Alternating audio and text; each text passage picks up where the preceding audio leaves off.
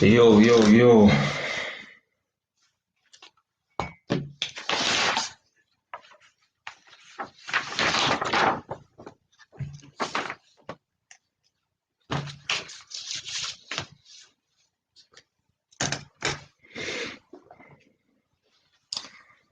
Jay's back in the building, man. Come on, man. I need a fucking haircut as well, bro.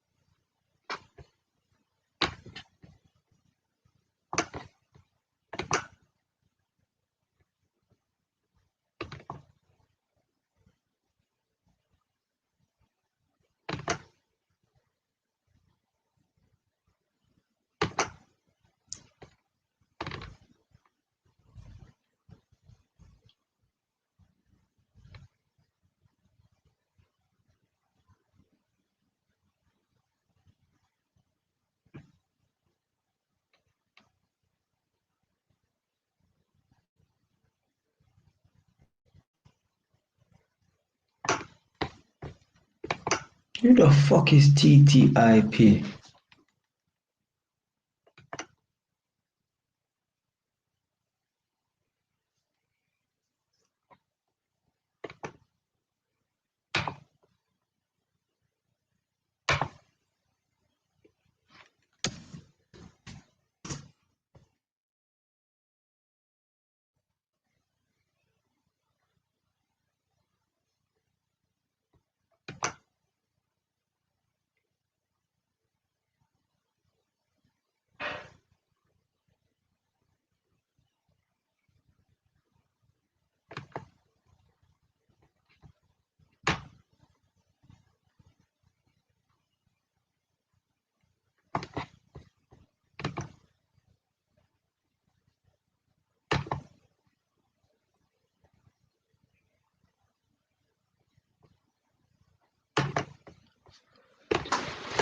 Taken.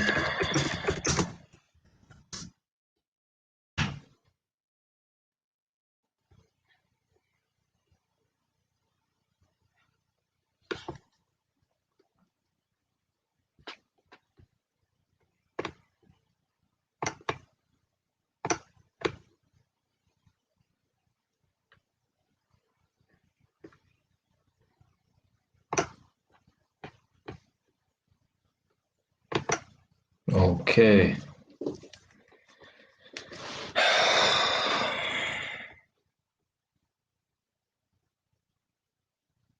Man like AY London, what's going on? Like AY London in the building, man. Come on, man. We saying you good, yeah? Yeah, man said OnlyFans in the title. Yeah.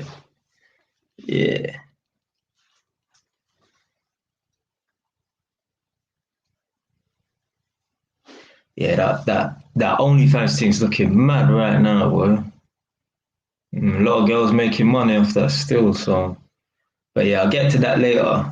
Just gonna run through a couple things before I get to that. Obviously, this ain't gonna be a long live stream, like maybe like it's basically 9 o'clock now. Definitely need to get off by about 11 o'clock. I'll get up and go running in the morning, so ain't gonna be on some mad live stream like some 4 or 5 hour business. That's not happening.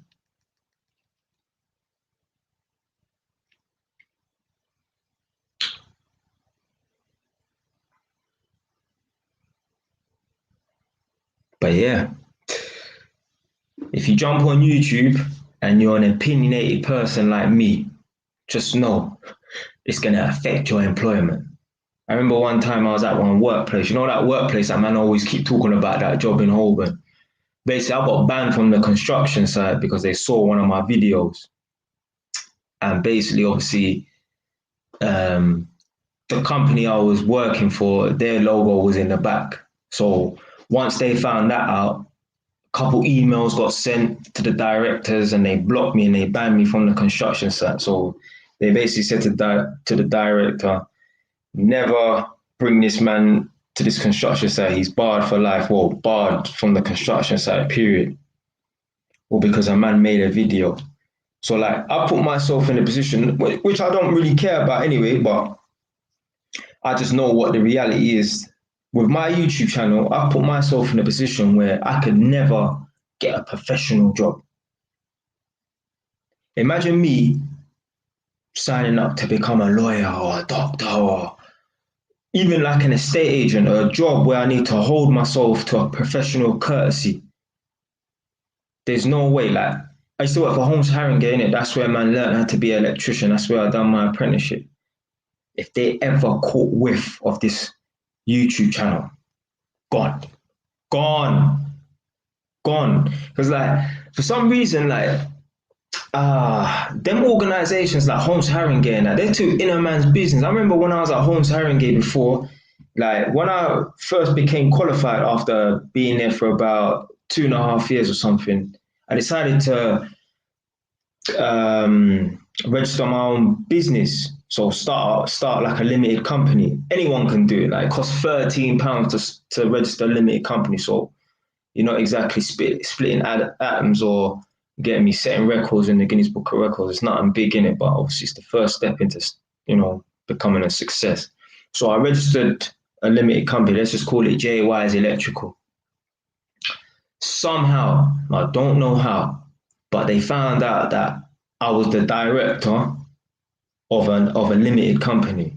And they were wanting to try and push for like a disciplinary. I'm like, bro, what the fuck?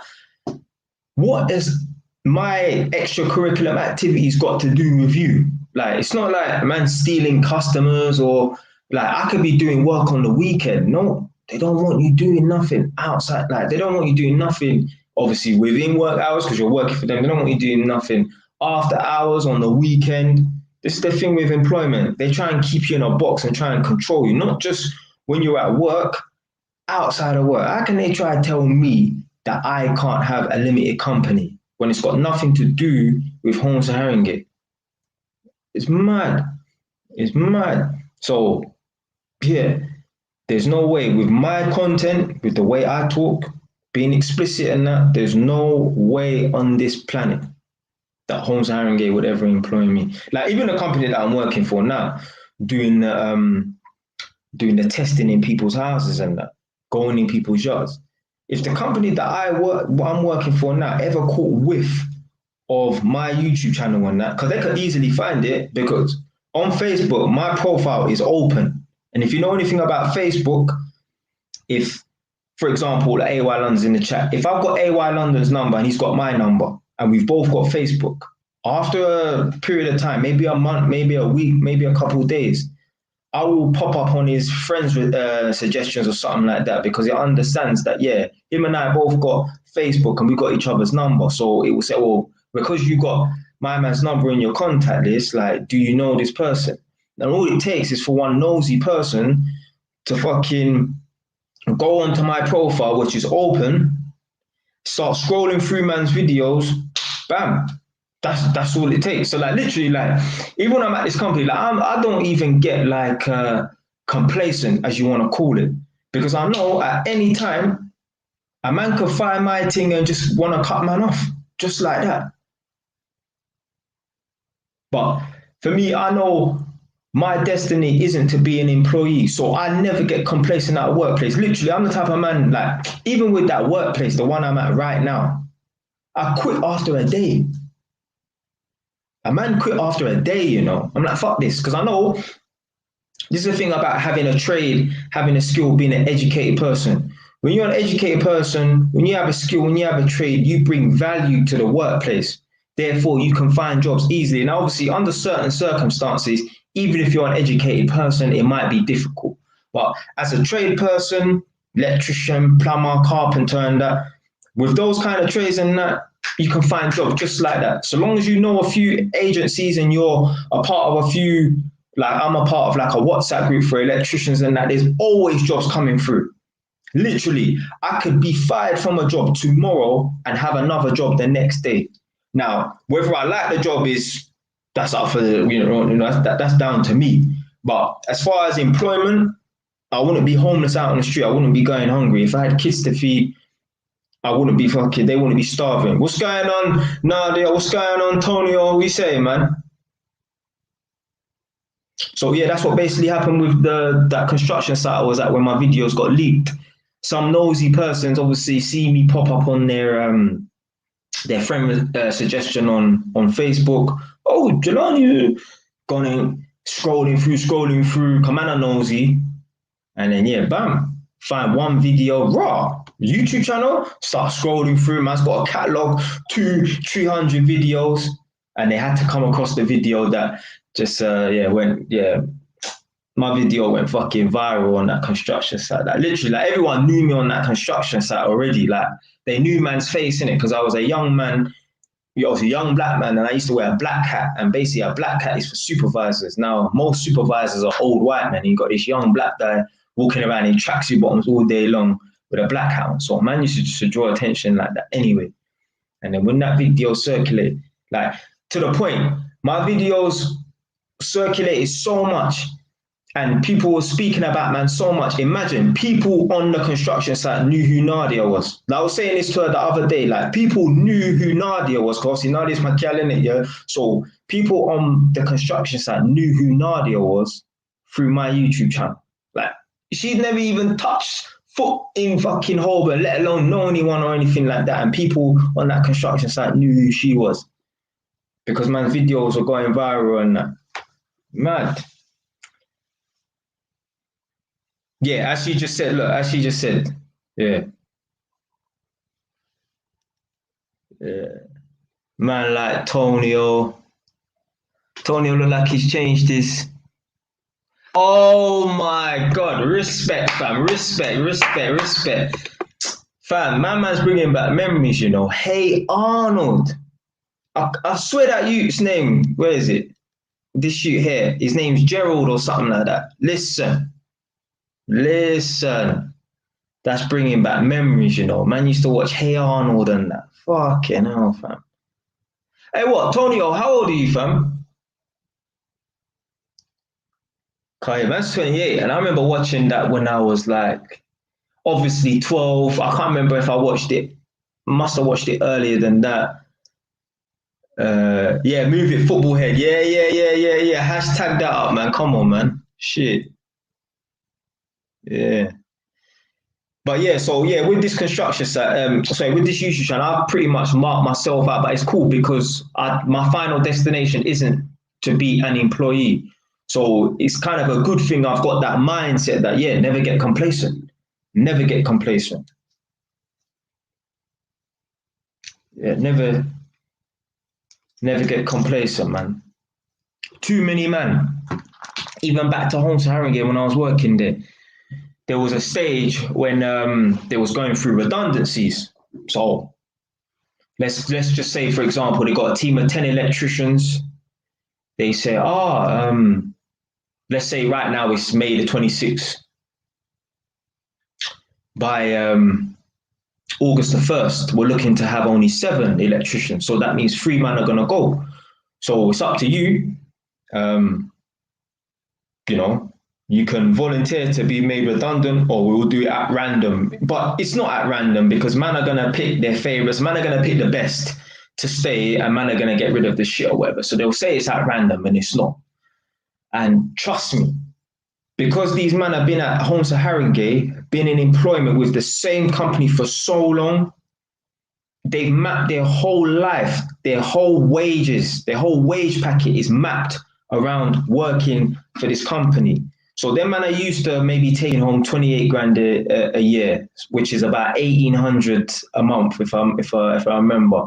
So their whole lifestyle was built around that 1,800. So when that 1,800 may not be there for however long period of time, whatever. Them man are shook. Them man are shook. Literally, I saw a man. Man was scared. Man were literally scared. You could see the fit. This is a grown man, you know, not no 20-year-old you. This is a grown man, 45, 50 years old, you know. Man are shook because his 28 grand a year livelihood is being threatened. This is what happens when you get complacent. This is what happens, like especially jobs like working for the council. If you don't know anything about working for councils, they say it's like a job for life. Like when I used to talk to some of the office staff as well, some of the office staff have been working there for 20 years. Some of the office staff have been working for Haringey Council longer than I lived at the time when I was 19 when I first joined. They've been working for Haringey Council, but they may have even been working in different departments, but they've still been with the same company. My manager, nice guy as well, cool brother. He actually lives in a £1 million house, but that's because he got like his own business on the side with his brother. Obviously, my manager's an electrician, but obviously he's a manager, so he don't do any work. He never had a job prior to Haringey Council. The man was 52. This is when I left. This is when I got fired. He'd worked at Homes at Haringey from the age of 16 until 52. 36 Ras Clark years. He's probably still there now. He will retire at Homes at Haringey. Now, don't get it twisted. Man's got a £1 million house, but that's not going to be the average person. That's probably not going to be you working for someone else. Imagine being at the same company for 36 years. Like, there's some people he could have mentored people and they could have had a youth, and the youth has come and worked at the place as an apprentice. There's been generations of man working for companies and that. Oh, your dad wasn't my apprentice and now you're my apprentice, and just madness like that. Like, nah, man, you can't get to you can't be too complacent, man. Yeah, respect to all the blue collar people, them innit. Yeah, I get that, but blood, that don't mean that you have to be a blue collar person. You know, no one was put on this earth to take orders from my next man. Well, no, I weren't anyway.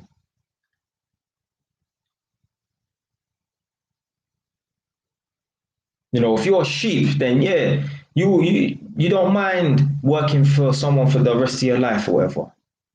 And when I say, like, when I talk like this, I don't mean everyone has to be a fucking business owner or nothing like that. Like, it don't have to be some pyramid where you're at the top and you got 1,000 man underneath you and you're cracking the whip. Blood, you could just do your own thing and be your own man and make your own money. It's better to earn 80 grand a year being a self-employed person, being your own boss, so to speak, rather than earning 130 grand a year being an employee. What are you going to teach your son? You're just going to teach your son to grow up and get an education and just go and work for the next man? No, teach your son, grow up, get education, and then strive to start your own thing. Strive to be your own boss, even if you're making less than a next man. You know how good it feels to be your own boss, to work on your own schedule. I hate, like, even imagine, I hate, man, don't even send me no emails about, oh, you didn't tick this box and tick that box, man. But move. I'm my type of man, I don't like to answer to no one. Telling, man, when you go to people's houses, you need to wear a mask and that. But move, man, come out of my face, bro. That's the shit you have to deal with when you're an employee. You have to deal with managers not being in the mood today. Now, a manager might not be disrespectful, but a manager might be short with you. Like, you might ask your manager for something and then, you know what I'm saying? They just give you some kind of attitude. They're not being mad disrespectful or nothing like that. But this is the shit you have to deal with. I mean, at the end of the day, right, if you own your business, then you have to deal with short-tempered, you're going to have to deal with rude customers and that. But at least you have the choice to get rid of your customers. You know, you can't really have that mind of abundance too tough when you're an employee, unless you're like me and you're willing to just, you know, up sticks and leave. But if you're in full-time employment, that means you've gone through an interview process and that you probably want, you know, you've made the effort to get that job. You probably want to stick at that job for a little while. And that goes to another point. Make sure you have savings. So then you can be a fucking rebel like me. Now, I'm not saying just save up money and, you know, have savings in that so that you can get fired from workplaces and do whatever you want. But it fucking helps. It helps when you know, you're going to have that mindset like, bro, I'll do what the fuck I want when I want. To some degree. To some degree. There is some filtering. I ain't some fucking raving lunatic at my workplaces and that. Well, some people might say. It depends on what workplace you get me. You've observed me at it. But trust me, them managers there, yeah. I've seen some managers talk. I've had managers talk smack to me, and I had to fire back. Had to fire back.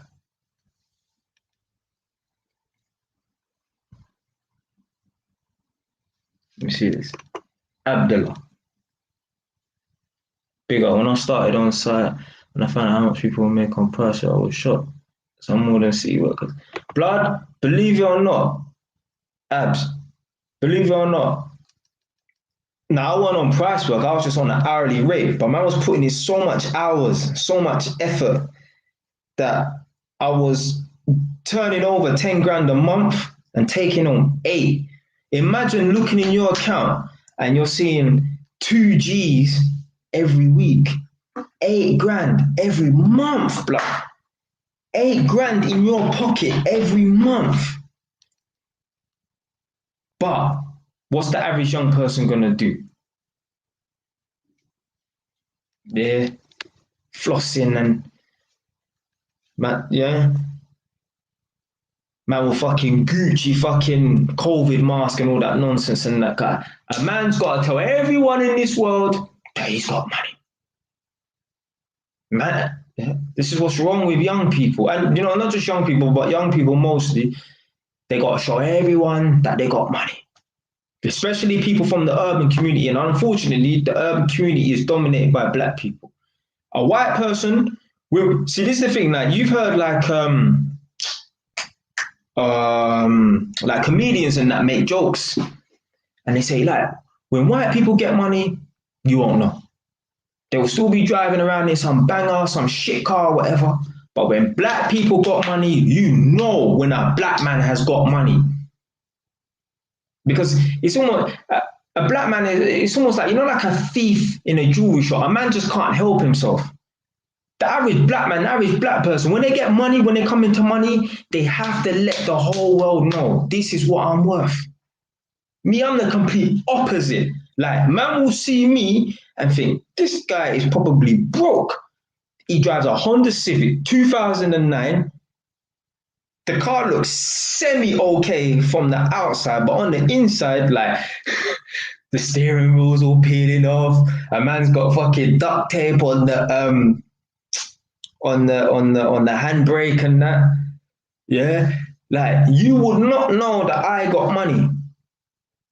But next, man, I was saying to one of my work colleagues when I was at that Holborn job, when I was earning the 8 grand, I was like, me, obviously, man, stay humble with it, never spent nothing or nothing like that.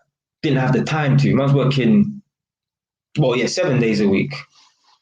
But yeah, a next young person, if a next young person was on 8 grand a month, you would see the dirtiest, well, not dirty, literally, but you see the biggest X6 outside, or you know that Mercedes, it's like the Mercedes X6, the GLE, you see that outside, white, pearly white, blasting some loud music and that. Man will come to work dripping, man will just be sitting down at his desk with his LV scarf on and that. But these are the same people who, when the pandemic hit, they panicked. They panicked. Me, that money that I was earning, that 8 grand, right in the bank, every day, bang, bang, bang.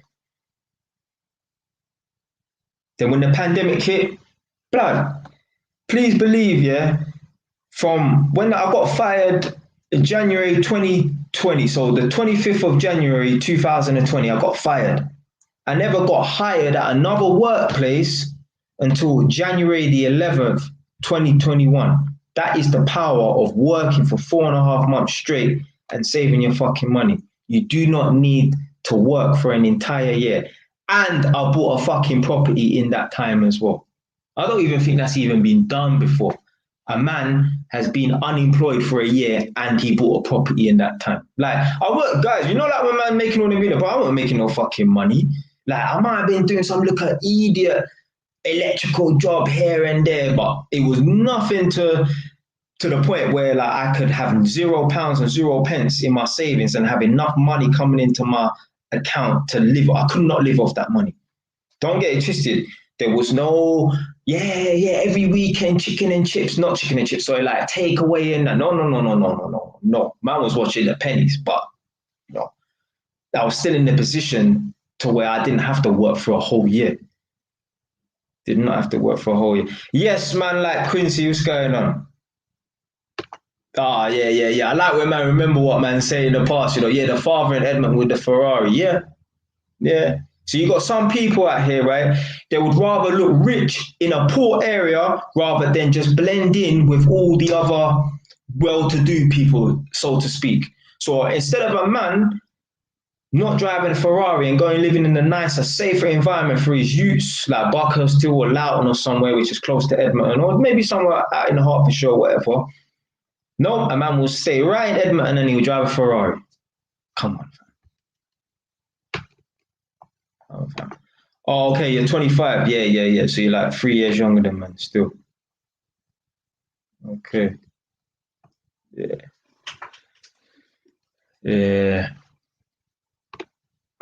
I mean, look, if a man want to get grills in his teeth, do it. But blood, just, you get me? Like, the whole thing has to be patterned, fam.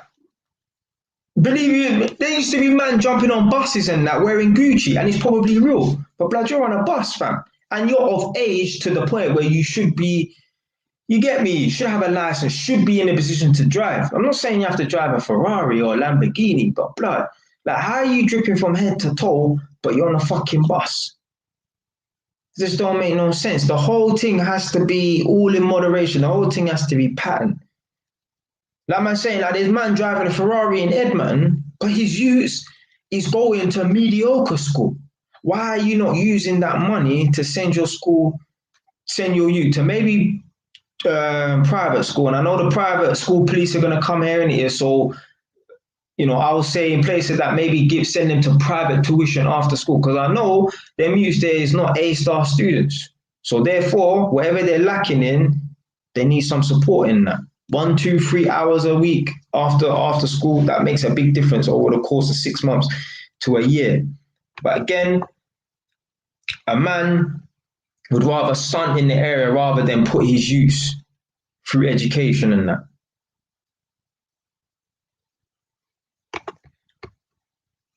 Would I drive a Ferrari or a Lamborghini? The whole thing has to be patterned first. I'm not going to be driving a Lamborghini or Ferrari and own it, like I'm paying for it, whether it's lease or whatever in it. I'm not going to be driving that car if I'm still living in this house. It's just a little, I ain't going to disrespect my house, but it's a small, humble house or whatever in it. It's not how can I be driving a Ferrari, but I'm parking my car on a main road? If you're driving a Ferrari, first and foremost, that car needs to be behind a gate at night time. Or in a garage, at least.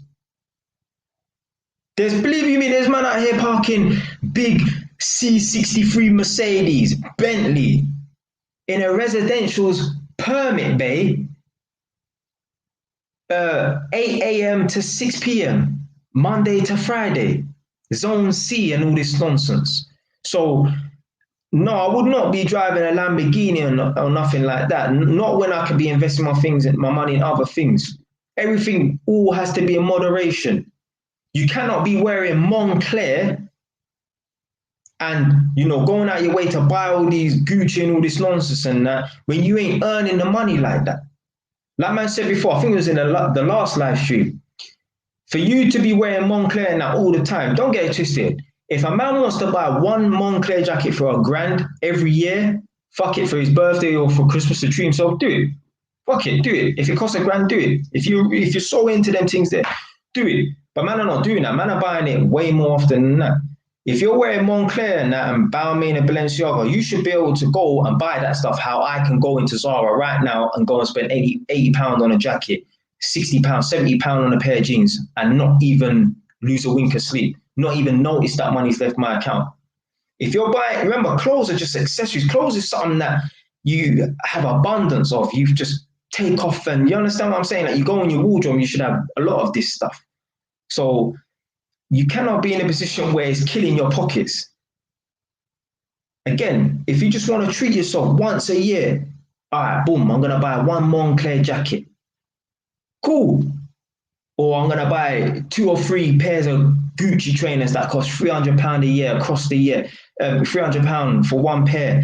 I'll buy 3 of them a year. Then, all right, cool, do it.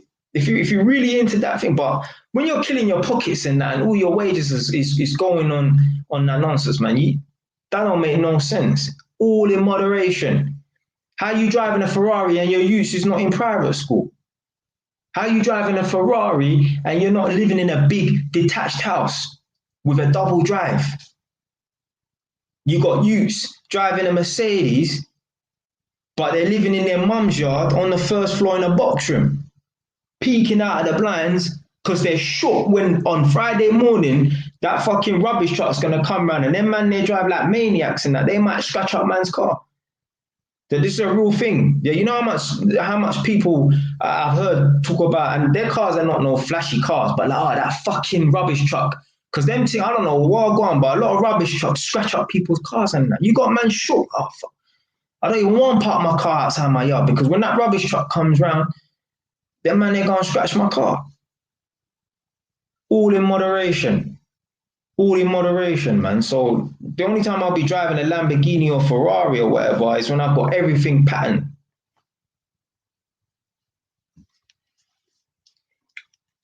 Right, boom, boom, boom, boom, boom. So yeah, the only time I drive a Ferrari and that is if everything's patterned and that. Everything's patterned and that. You got man spending 6 bills on this car and that, but like, man, just don't make no sense.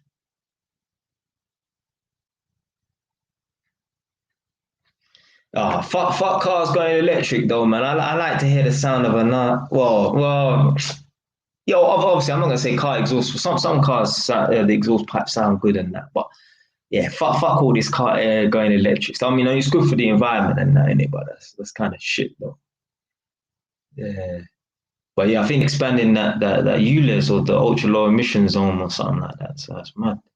So yeah, they will have to go electric and that.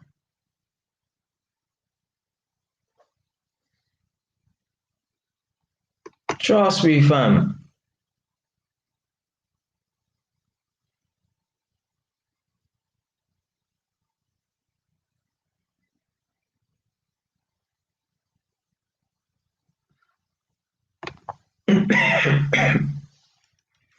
So yeah, man, all in moderation, man. Like them parents, like it's always so funny. Like it's like nowadays, like having a child is like a fashion accessory now. So you got parents dressing their youths in Moncler, Balmain, you know, all the drippy shit. But it's funny because 10 years from now, when that child is no longer 3 years old and that child is 13, believe you me, that child is not wearing Balenciaga and Moncler. They're not wearing them tracksuits and that, because then it becomes expensive. Then it becomes expensive. It's already expensive. But having a child is like a fashion accessory now. It's like a fashion statement. Check back, trust me, if you know anyone who dresses their you in Moncler and all this nonsense and that, check back in 10 years' time. See if that same parent is funding that child's Moncler tracksuits and that. I guarantee you it's not the case.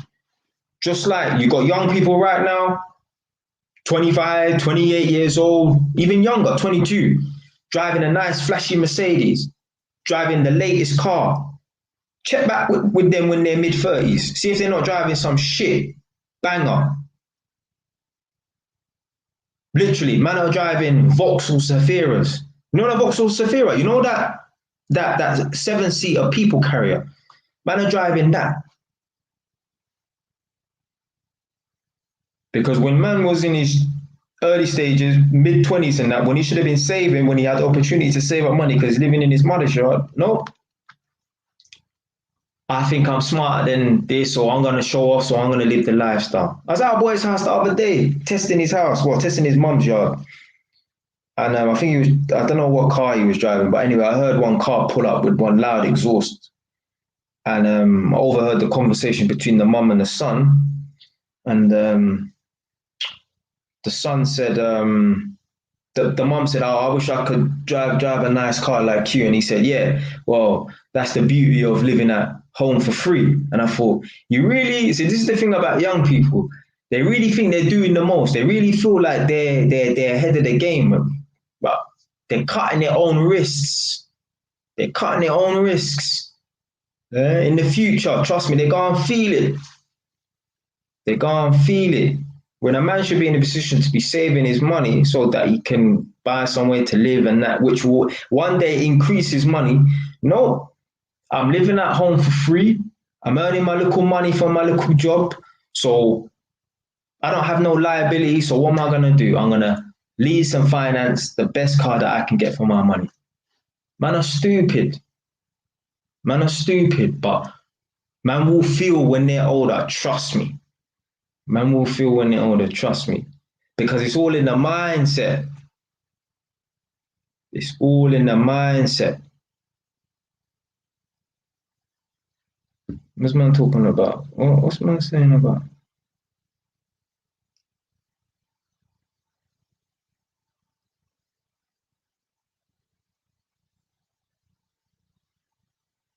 Do you know what? Well, I don't know. Oh, you said you was lagging. Okay, your connection. I've always had this mindset, so it's not something that I needed to learn.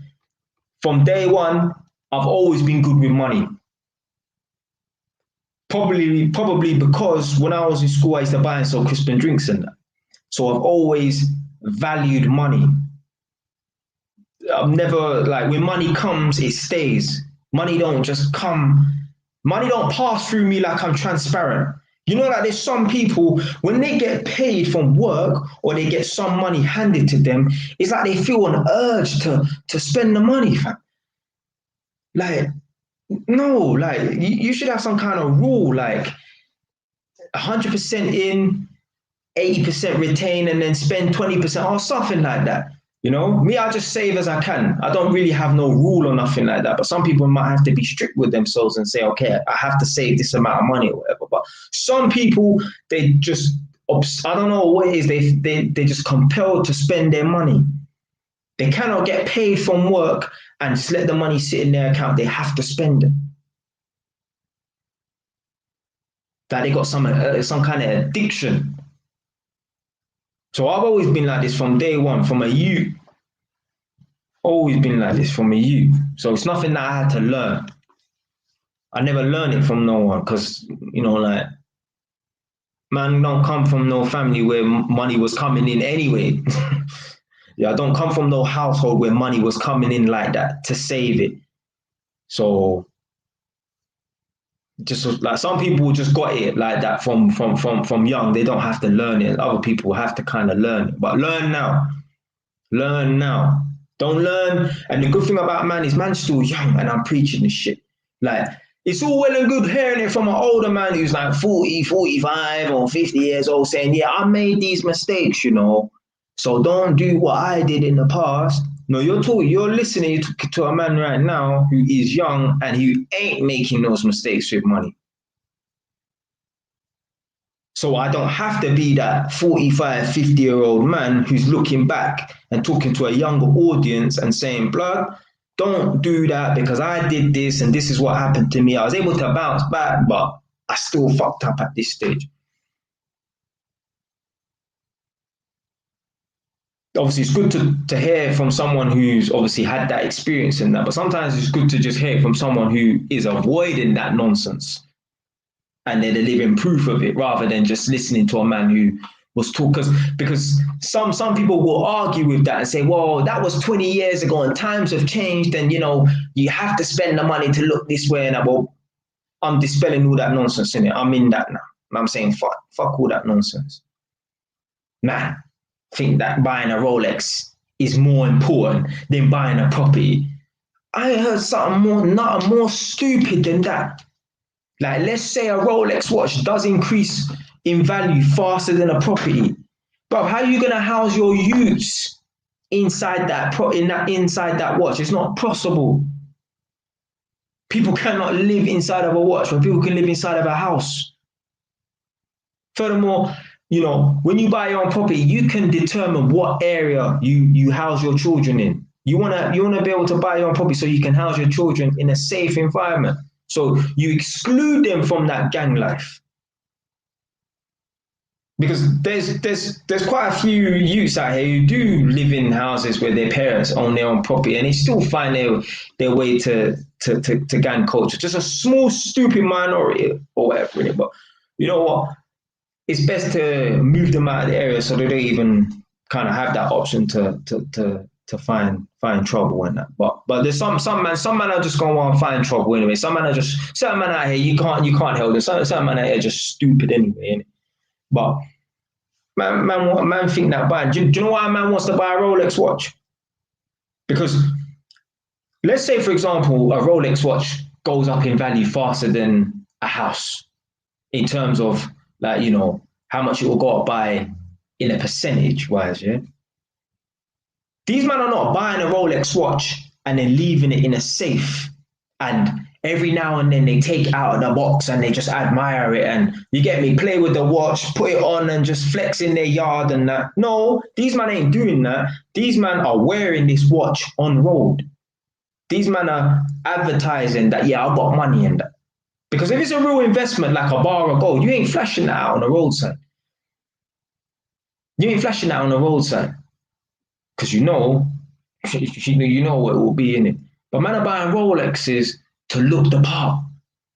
That's why a man wants to buy a Rolex, and he's going to use the fact that it does go up in value, whether it's faster or less or whatever in it. But a man's going to use the excuse that, it goes up in value as an excuse to buy the Rolex watch.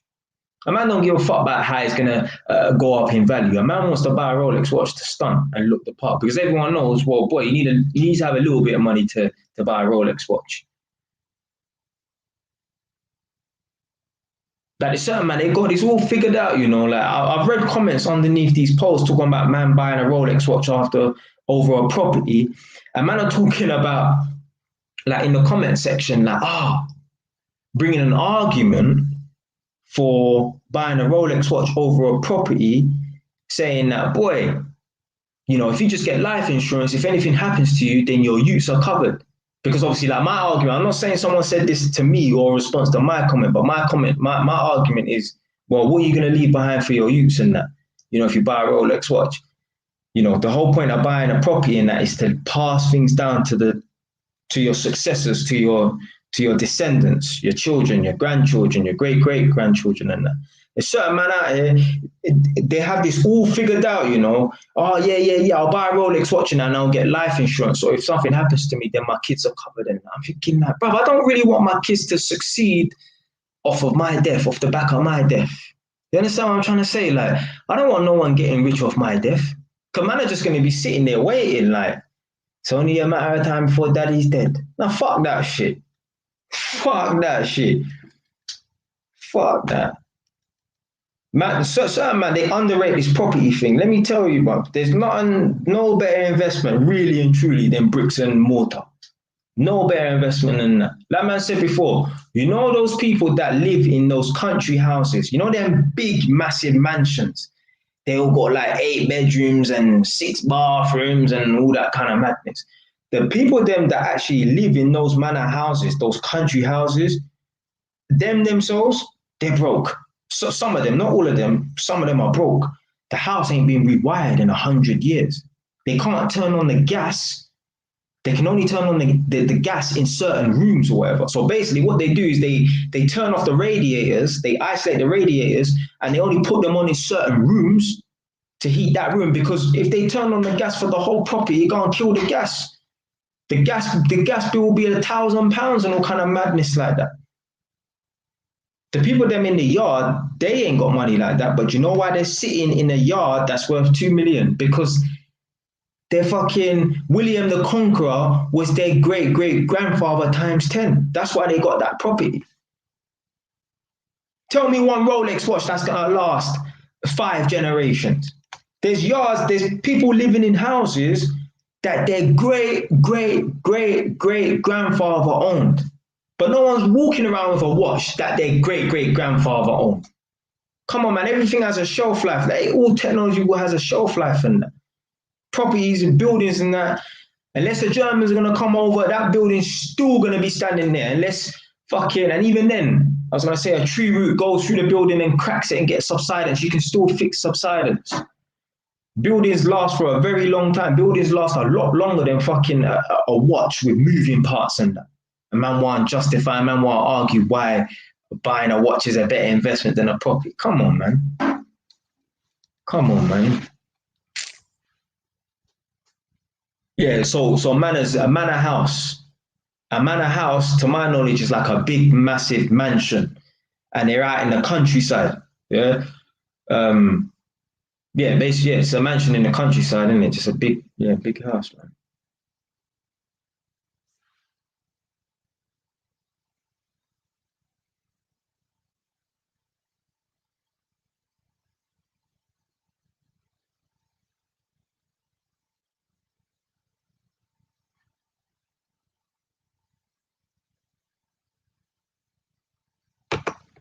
Okay, you're Jamaican as well, yeah? Bang, bang. Come on, man. Got the Jamos in the building, fam.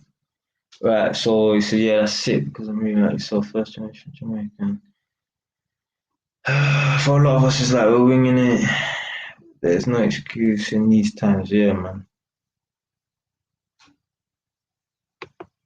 Boy, people do what you want to do. If you don't want to listen to me, if you think I'm an old man, and boy, we'll see in it. Give it 10 years time. See where people are at. See where people are at. But trust me, keep an eye on those people that you know right now that are all dripping and driving flashy cars and that. Check back with them in 10 years time. I'm telling you, they're gonna be driving some shit car, blah. They're gonna be in 2030 driving a fucking a 2010 car, some old 20-year-old car and that. Because that's the most they could afford, because they got free use, that they can barely clothe them. Yeah, trust me, there's parents out here struggling, you know, to send their youth to school trips and that. Yeah? Trust me, the struggle is real out here, bro. But each to their own, innit? Then people, they put themselves in that position, innit? But what's going on in the news? All right, boom. So, then we need to talk about. Oh yeah, so there's one girl. Unfortunately, she got shot in her head. You know. Anyone hear about that activist that got shot? Let me know in the comment section below or in the live chat. Some Black Lives Matter activist. She got shot in the head. Still alive though, fortunately. Sometimes people get lucky, you know. I've heard stories of people being shot in the head and the bullet has disintegrated and it didn't actually penetrate and pierce through their skull. I was even watching one Danny Dyer, Deadliest Men, and he was he was talking to that Paddy Doherty guy, the gypsy boxer, and yeah, he said he got shot outside his caravan, or sorry, his mobile home, and he survived, obviously. So, I mean, obviously, most people who get shot in the head, they don't make it, but some people are fortunate, whatever, innit? So boom, so before they revealed who shot the girl, so I'm talking about this girl that got shot in her head now, innit? Before they revealed who shot the girl, there was all speculation and that. Oh, she'd had numerous threats from the EDL, English Defence League, racist. Well, I don't know, but anyway, kind of anti-BLM type of people. I don't want to call them racist. I don't really know. They probably are racist. Don't really give a fuck. But yeah, probably them racist man from up north, EDL. They came down to London to defend the statues during like the BLM protests and all that. Yeah, whatever in it. So apparently she had all these death threats and all that from the EDL because she was an activist. How big of an activist she was, I don't know, innit? So boom, the stories come out now, and she said, and obviously apparently she got shot in the head or whatever, but no one knew who it was. But they were just speculating. They were saying, yeah, boom, well, you know, she ain't done nothing to no one on the roadside, but she's got enemies. You know, the EDL, they don't like her, innit? They sent her death threats and that. So Nadia told me about this story because I never even heard of it. Because you know me, I don't watch news or nothing, innit? So when Nadia told me about the girl getting shot and then they thought it was EDL at first because they didn't know who the people then was, as soon as I heard that, I said it was someone who was black that shot her. Now, I didn't know or nothing like that, whether obviously I didn't know like whether it was someone she knew or, you know, it was a stray bullet or something like that. But I knew it was someone who was black, unfortunately. Because me, I'm a man, I understand human behavior. I know how humans think. Let me tell you something right now. Because basically, I saw one report on, what do you call it? The London Evening Standard, yeah? And basically, because I'm not even looking at my screen now, I'm looking at a website link now. So I'm on London Evening Standard right now, yeah? So let me just read this thing out quickly. So she was shot in the head in Peckham, Southeast London, whatever, in the early hours of Sunday morning, yeah? And obviously at the time, they didn't know who shot the girl, yeah? Boom, all right, cool. Now, I'm reading off this thing now, and it said, police have said they don't believe the shooting was targeted and there's nothing to suggest she received credible death threats. That was quote in quotes, yeah? Because people then were saying, oh, it might be EDL because they, you know, said they're going to kill her or whatever. Yeah, talk is fucking cheap. If you know anything about humans, talk is cheap. However, the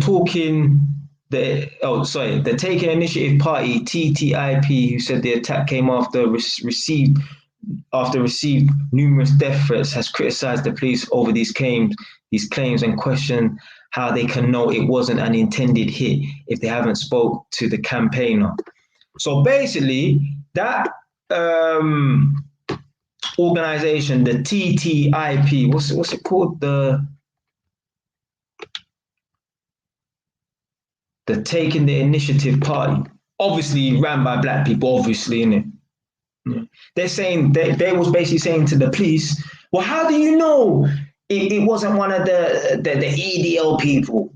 How do you know? Because basically what they're trying to do is they're trying to shift the blame from who it actually is. Yeah? They're trying to shift the blame. I knew who the fuck it was. I knew what category of people it was from when I heard the fucking story. Let me tell you something right now, yeah? Because one second.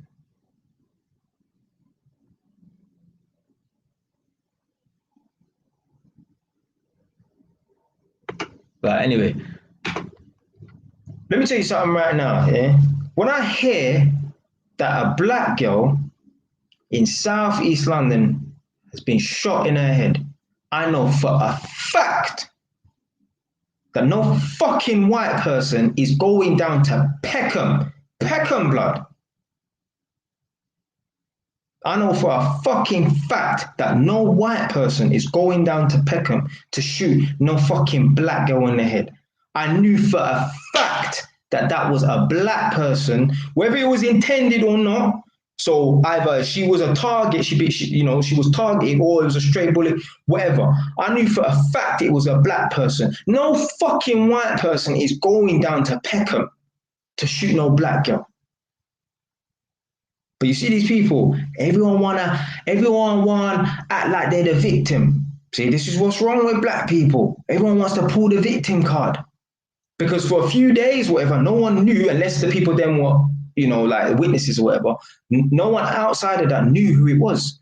But certain parties of people were saying, well, maybe it was the white people. And I'm telling you right now, secretly, I'm telling you, a lot of black people who were really supporting this BLM thing, when the truth came out that it was actually some young black men that discharged a firearm and the girl got hit by accident, I know there were some people who were disappointed to not say that it was a black person because they would rather it be one of the EDL people or white racist person because then they could play victim. You see, when they were speculating and they didn't know, them people, they were sitting there, waiting for the information and that to come out. Because trust me, I was badgering Nadia. Nadia was here for a few days, innit? Yeah. I was saying to Nadia, like, oh, what? Have you heard anything about that story? You heard anything about that story? Because I didn't even know, and I didn't even really have the time, couldn't be bothered to really search for the story. But anyway, I'm like, have you heard anything about the story? She's like, no, I ain't heard nothing. I'm pestering her, like when a man's waiting for like the pregnancy test to come back because he's scared that he got one sorting. Yeah, he breed up one sorting. So he's like, oh, have you heard anything like, are you pregnant or whatever? Man's badgering Nadia like, oh, have you heard anything about the story or whatever? Like who the shooters might be or whatever.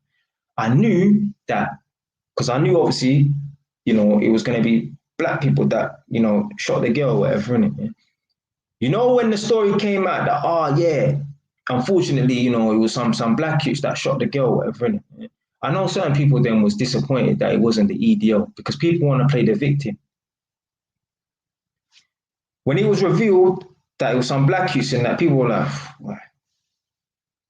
But let me tell you something right now. If it was the EDL people, oh my God, this will be all over the news, if a white man shot a black girl on some kind of racist attack motive or whatever. Yeah.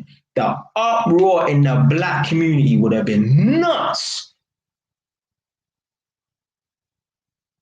It would have been nuts. And I've spoken about this bare times. Remember when that pussy in South London must have tried to rape some girl in the street? Apparently he got his ass whooped in jail the other day or whatever, innit? But when that black youth tried to kidnap the girl and then he ran off or whatever, innit? And they caught him and they was trying to go to his yard or whatever, innit? When I was on Facebook, when I was scrolling through the comment section, hardly any black people. But then it just amazed me that when I see like other stories on Facebook, when a white person does something to a black person, black people are all in the comment section. But when a black person commits a crime against another black person, black people are a scarce resource. You can't find them on Facebook. You can't find them on the comment section. But I guarantee you, if that was a white man that done something to a little black girl, black people will be there in the masses. But when a black person does a crime to another black person, they just sweep it underneath the carpet. Well, it is what it is, isn't it? It shouldn't matter what color a man is who does a crime to a next man.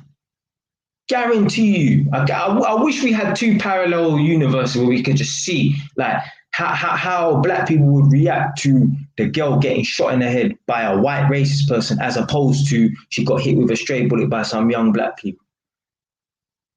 Telling you, there would have been protests and marches for that girl. If a white man was the person who discharged the gun. And when I say a white person, I don't mean just a random white guy from London. I mean someone who's come down from wherever up north, basically like a hitman to basically try and take out the girl. Like, and come on, man. Like, who in their right man is really gonna come down from wherever Timbuktu, fucking Leeds or wherever they're from to target one random black girl? Like, I'm sure even Candice Owens hasn't got no one really trying to take her out. And she's out there talking this and talking that. I'm sure she's got a lot of fans and she's got a lot of haters as well. So for a man to really want to come down and want to take out one girl in particular, come on, man. Come on, man. You're looking for racism. You're looking for it. You're looking for it. Telling you, them people there is disappointed, man. They would have rather hear that it was a white racist man that done something to a black girl than boy one of us. It's mad. Yeah, the guy Mitchum, yeah. I'd love to know how everyone would have reacted. It would have been uproar if the shooter was a white racist man from whatever organization, English Defense League or whatever. Man,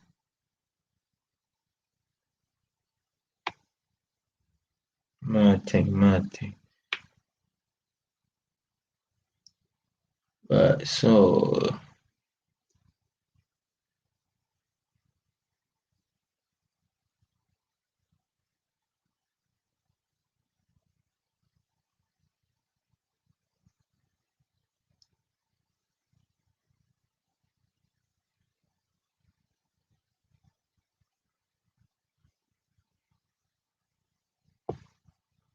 see, I disagree with this. A man's talking about the Tories love this. See, there's a lot of people out here, I don't know. Maybe I'm blind, maybe my eyes are closed, maybe I'm just stupid or something like that. But there's people out here, they're actually under the illusion that the government wants black people to go around killing each other. I'm telling you, that is not the case. Maybe back in the day, in the 50s and 60s, when the government and that was racist and that, or whatever. But I'm telling you right now, the government does not take pleasure in seeing black people kill other black people. I don't believe that's true. I know it's not true. I know it's not true. It does nothing to help the economy. It only makes things worse.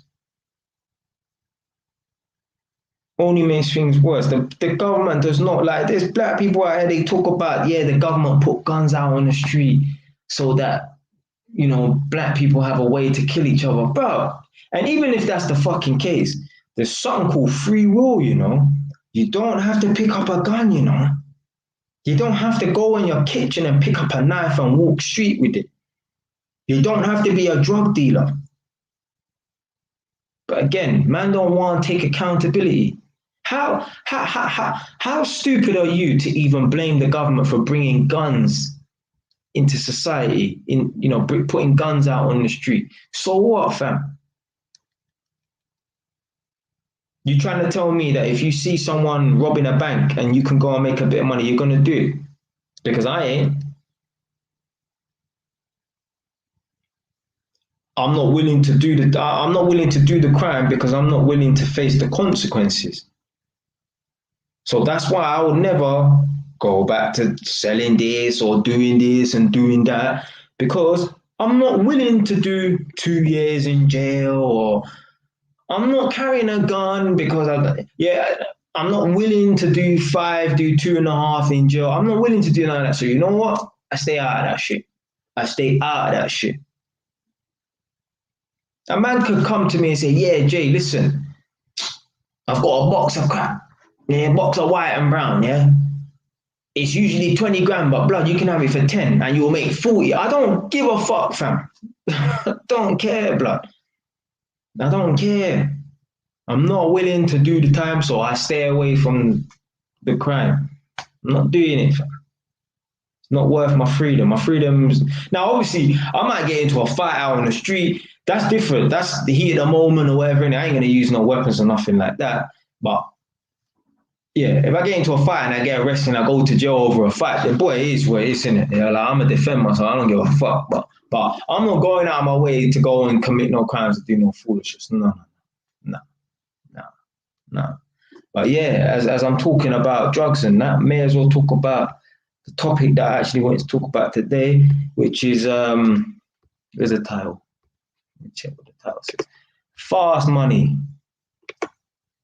So drug dealing, inheritance, lottery, OnlyFans. So see, the common denominator between all four of them is fast money. And what comes fast goes fast.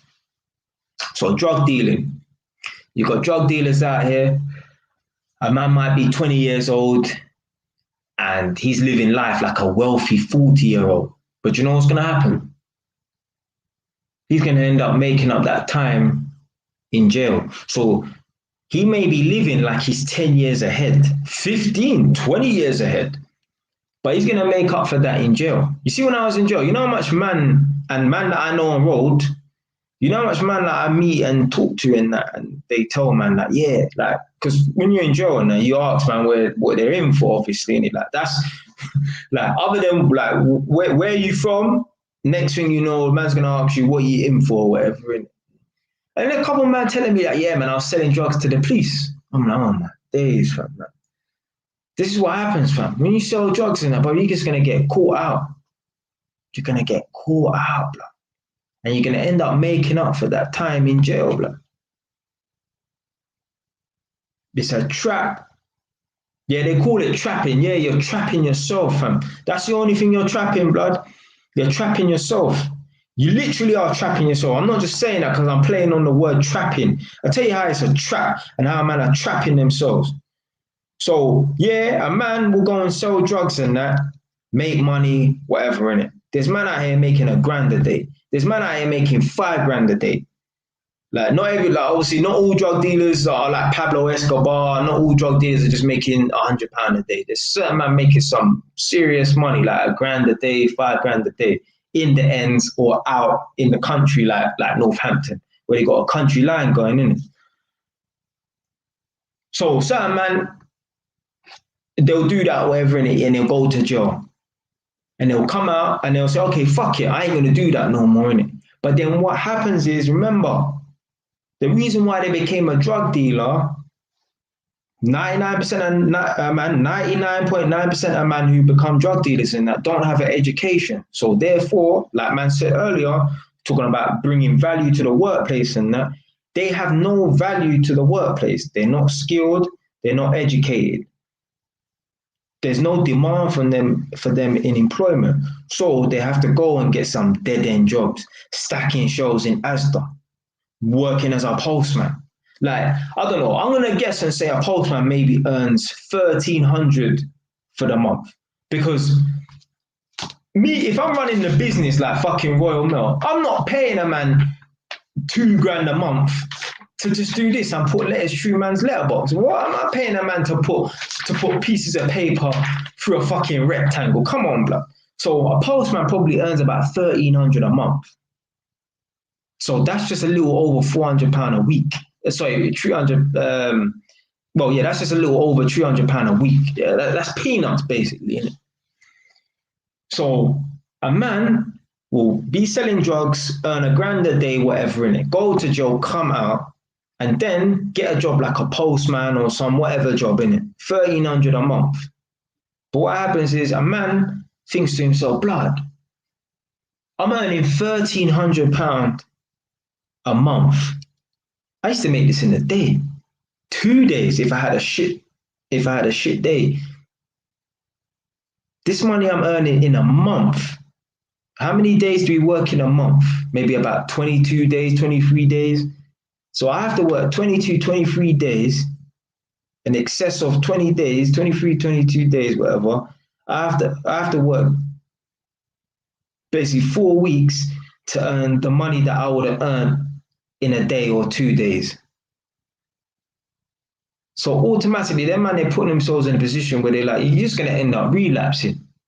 Like, how can you imagine what you're going to take to, what you can achieve in 1 day is going to take you 22 days to achieve. Do the maths, man. Like, bro, a man's going to want to relapse because a man is accustomed to a certain amount of money, and it's only going to be a matter of time before a man goes back.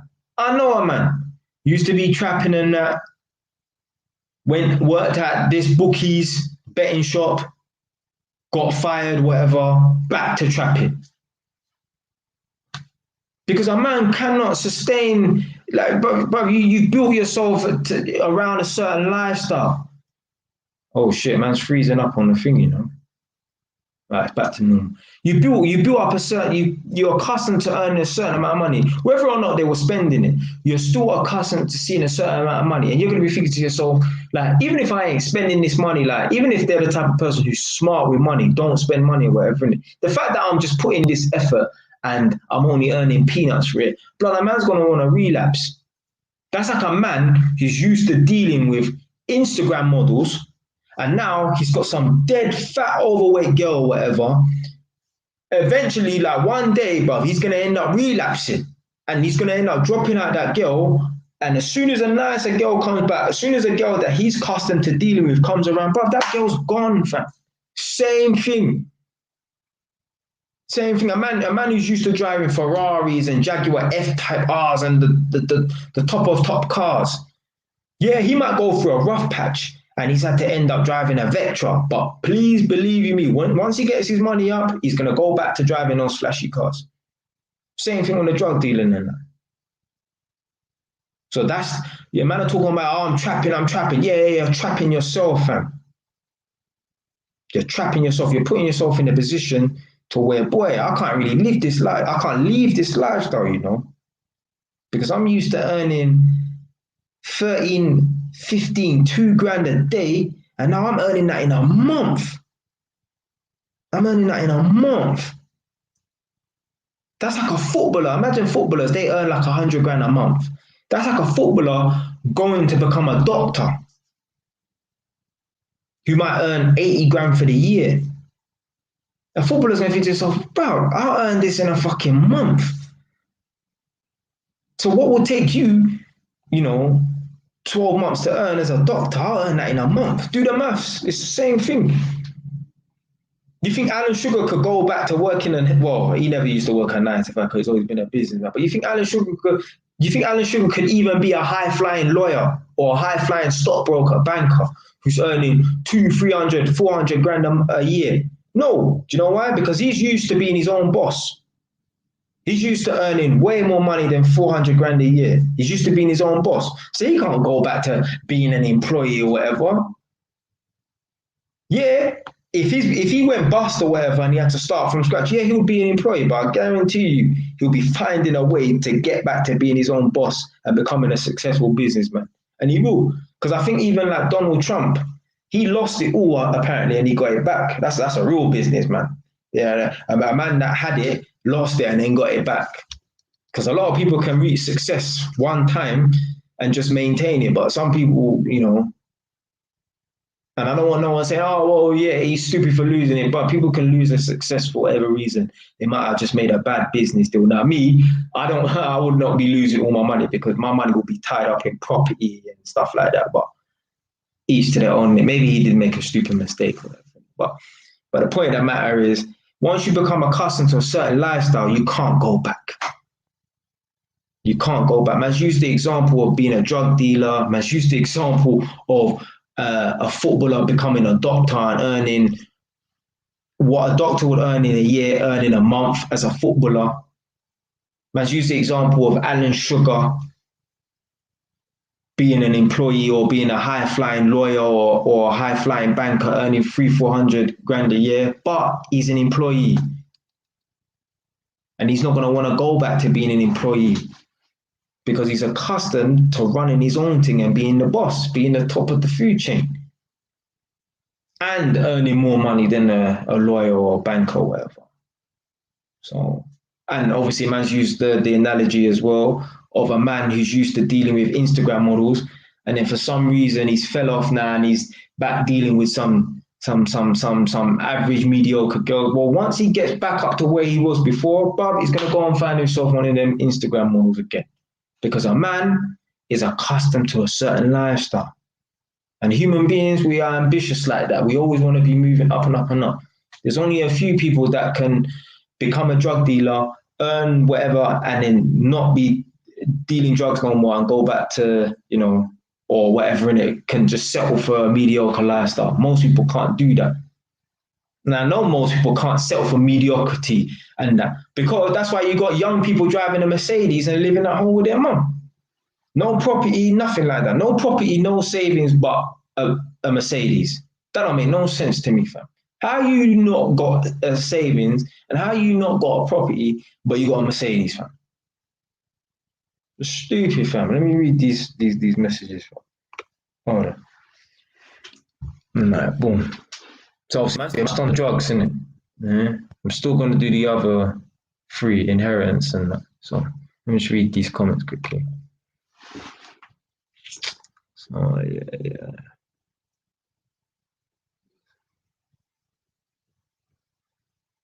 Jail is in the comments.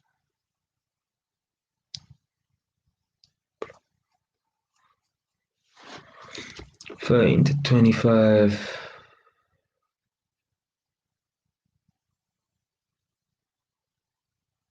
Wow, my man's talking like he was fucking trapping from 13 years to 25. Jesus Christ. Are you from Hackney, blood? That's a man that's from Hackney, fam. I remember when I first went to Stoke Newton and I see one young boy, like now, how old is he? He might be about, oh shit, a big man now, you know, like 24. When I was 15, I went to Stoke Newton for the first time. And wow, go on, man, like Dulce David, you're about an hour and 16 minutes late, but it's cool, fam. When I was 15, I went to Stoke Newton for the first time. So Stoke Newton's in North London, but it comes under the borough of Hackney. So it's Hackney, basically, innit? And Hackney, them man there just on a different level. Them man they're advanced. I don't know about now, like, I don't know what the roads are saying now, but back then, them Hackney man, they were just advanced.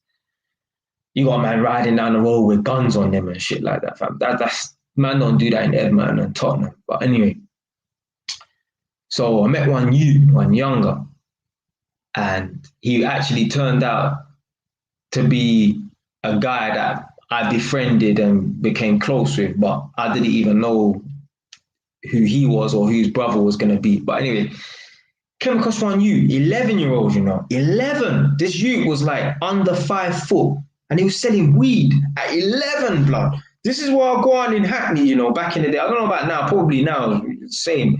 But 11-year-old, some skinny little Nigerian youth, English born, but skinny little Nigerian youth, shotting weed at 11 years old. Now, maybe that's a bit more normalized now or whatever, but blood.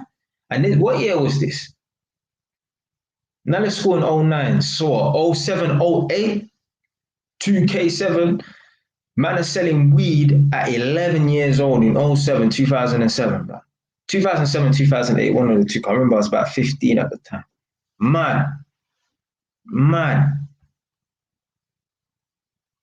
Yeah, so you see like that. That's the shit that goes on in Brixton. Like, as I said, I don't know what the roads are like now, innit, but because I don't know if like people from Edmonton and that are on the same level as them Brixton youths and that. Probably not, but like there's certain ends around London, them man are just advanced, like that Stonebridge and that Brixton and Peckham. Like you have little kids at 11 years old carrying guns. It's a real fucking thing. Little kids at 11, 12 years old shotting crack and heroin. 12 years old, you know, shotting crack and heroin. I mean, to be fair though, like one of my brethren was selling, doing a little, get me, wheeling and dealing at the age of 14.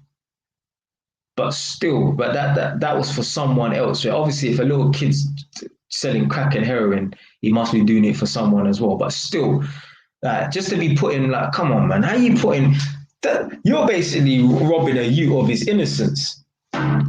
Yeah, shit, I was making a thing. How you putting an 11-year-old on? That's, what do they call that?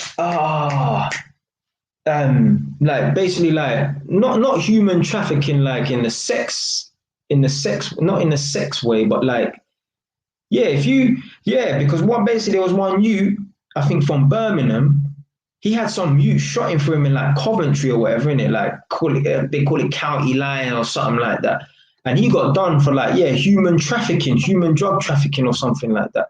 Because basically he was 18 and he had some 15-year-old boys selling drugs for him outside of like Coventry or something like that.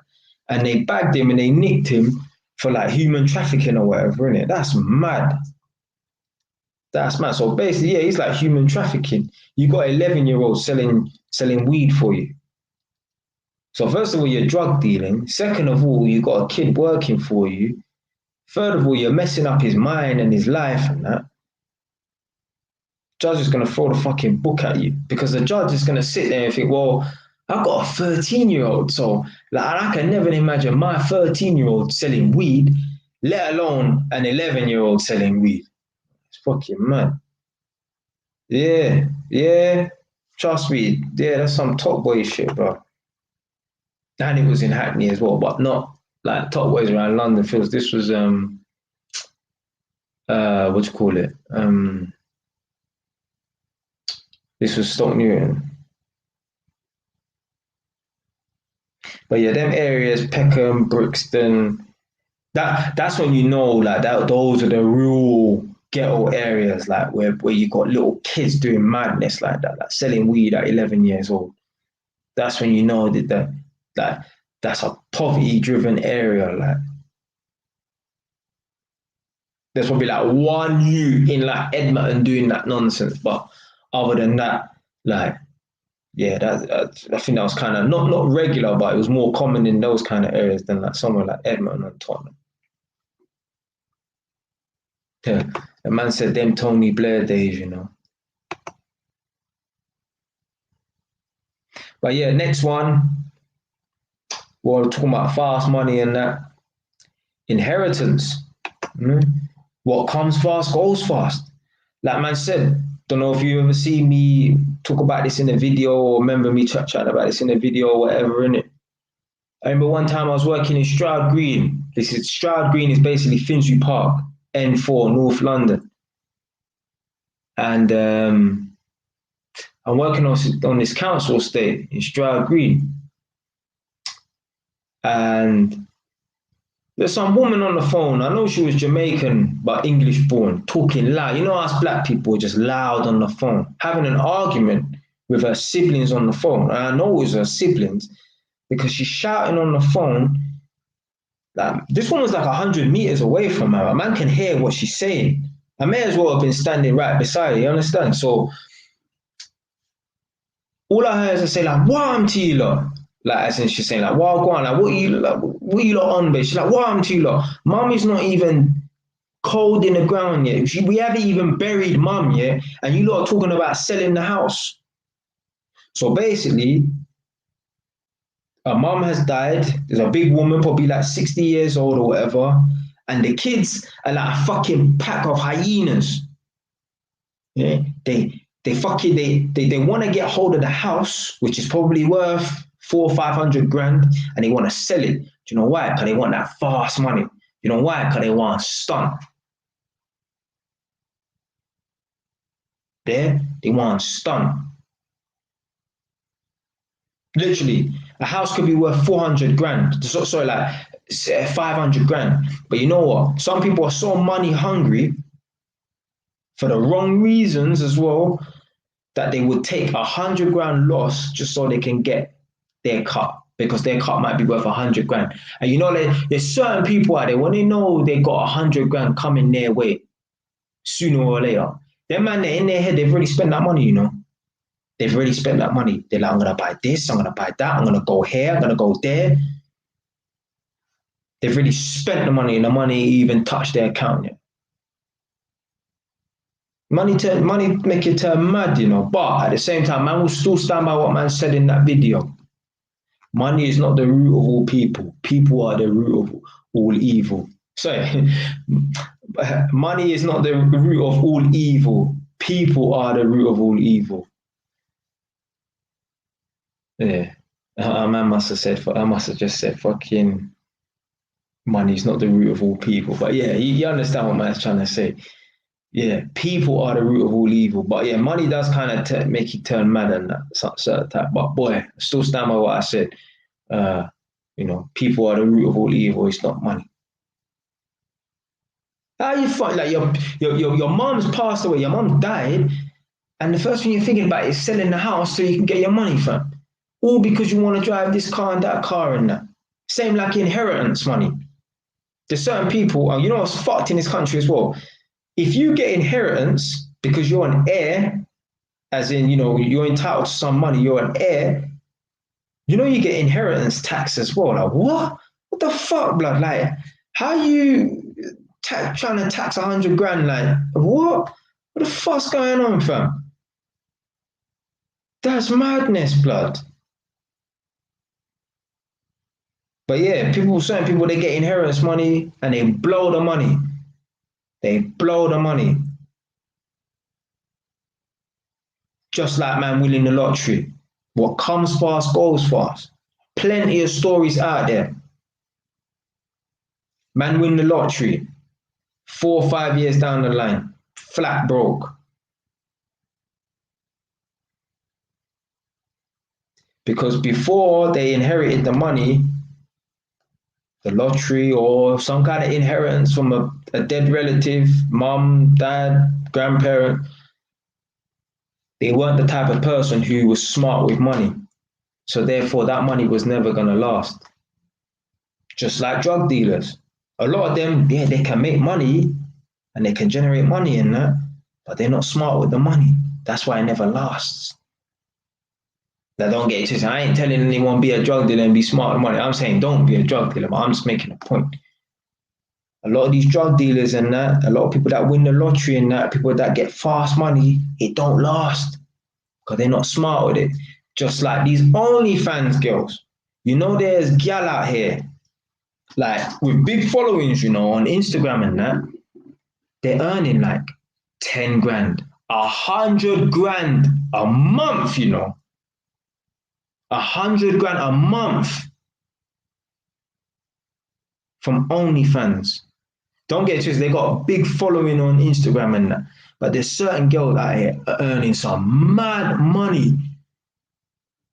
Just showing their feet, showing their cleavage. Cooking, but wearing hardly any clothes and that, whatever. And that. Don't get it twisted. Man's never subscribed, never will subscribe to OnlyFans, let alone make a fucking account. Imagine me, like, you know, there's man out here, man, you know, man, with OnlyFans accounts. Like obviously you can have an OnlyFans account like for your YouTube channel so people can donate or whatever, but there's man with OnlyFans accounts posing nude. Me, imagine, don't imagine it. That will never happen. Man posing nude. But I never sent a, let me tell you something, I've never sent a nude picture to no girl. Now, if that's what you do as a man, that's up to you. But I'm telling you right now, on my mother's life, I've never sent no nude picture to no girl. There's no girl out here from the age of 14, no age, up until now, I've ever sent a nude picture. I don't do that nonsense. I definitely ain't gonna do it for no fucking money and that. And you got gal out here really posing off and that, and like it's like virtual prostitution basically. That's what it basically is. But they're earning some serious money. But like when you look at the money in that, and they're like, raw, these girls are earning 100 grand a month, you know, like that's more than some footballers and that, or the same. You think to yourself, like, bro, them girls are gone clear. But you know what? What comes fast goes fast, you know. Because what's gonna happen? They're earning some mad money. They don't even know what to do with it. It's almost like they're winning a lottery every month. So they're just going to live this lavish lifestyle and that. But what's going to happen is that the money is going to hit a peak and a cap. And it's only going to go down from there. And as the money diminishes and that, they're going to still be trying to live the same lifestyle. And one day it's just going to fizzle out and that. And they're going to end up broke because you can't be posting them pictures forever. And they better be investing in some business or something like that. I'm telling you that now. They better be investing in property and investing in a business because remember what man said earlier in the live stream? No one's going to want to employ me with my YouTube channel or my content. So ain't no one going to want to, imagine, come on, you think these girls could get a job as a lawyer or a doctor? With their feet out and taking half naked or naked pictures and that on OnlyFans? What doctor or lawyer, what law firm is going to want to employ one of these girls? You think you're going to find that girl in a GP practice? Sorry, guys, I don't even know why this thing's lagging off. It's freezing up on my end. I can just see myself just like that and all shit. So, yeah, for some reason it's freezing up. I don't know why. I've got my Ethernet cable in, so I should have a good connection on that. I don't even know why I'm going. But yeah. Yeah. See, I don't know about this cryptocurrency thing, so I don't know. You see me, I'm a man, I don't follow no trends or nothing like that, you know. So if something's popping in that, I don't even look into I'm a man, I just do my own thing. So even if Bitcoin's popping or cryptocurrency's popping, yeah, let everyone else get involved in that. I just do what I'm doing. I don't follow no trends or nothing like that. That fucking pussy old dog. Every day, 10 p.m., he's coming out to bark at the place for no reason, you know. The dog just barks for the sake of barking. Yeah, respect for that, respect for that. Batman's nephew. You man come up with some names, you know. Yo, wise. Shout out to you, brother. Keep giving out the knowledge and showing the correct path us black men should be following out. It done now. Come on, man. Don't worry, guys. One day I'll be big. Don't worry. One day. Perseverance, man. Perseverance. I'll be big one day.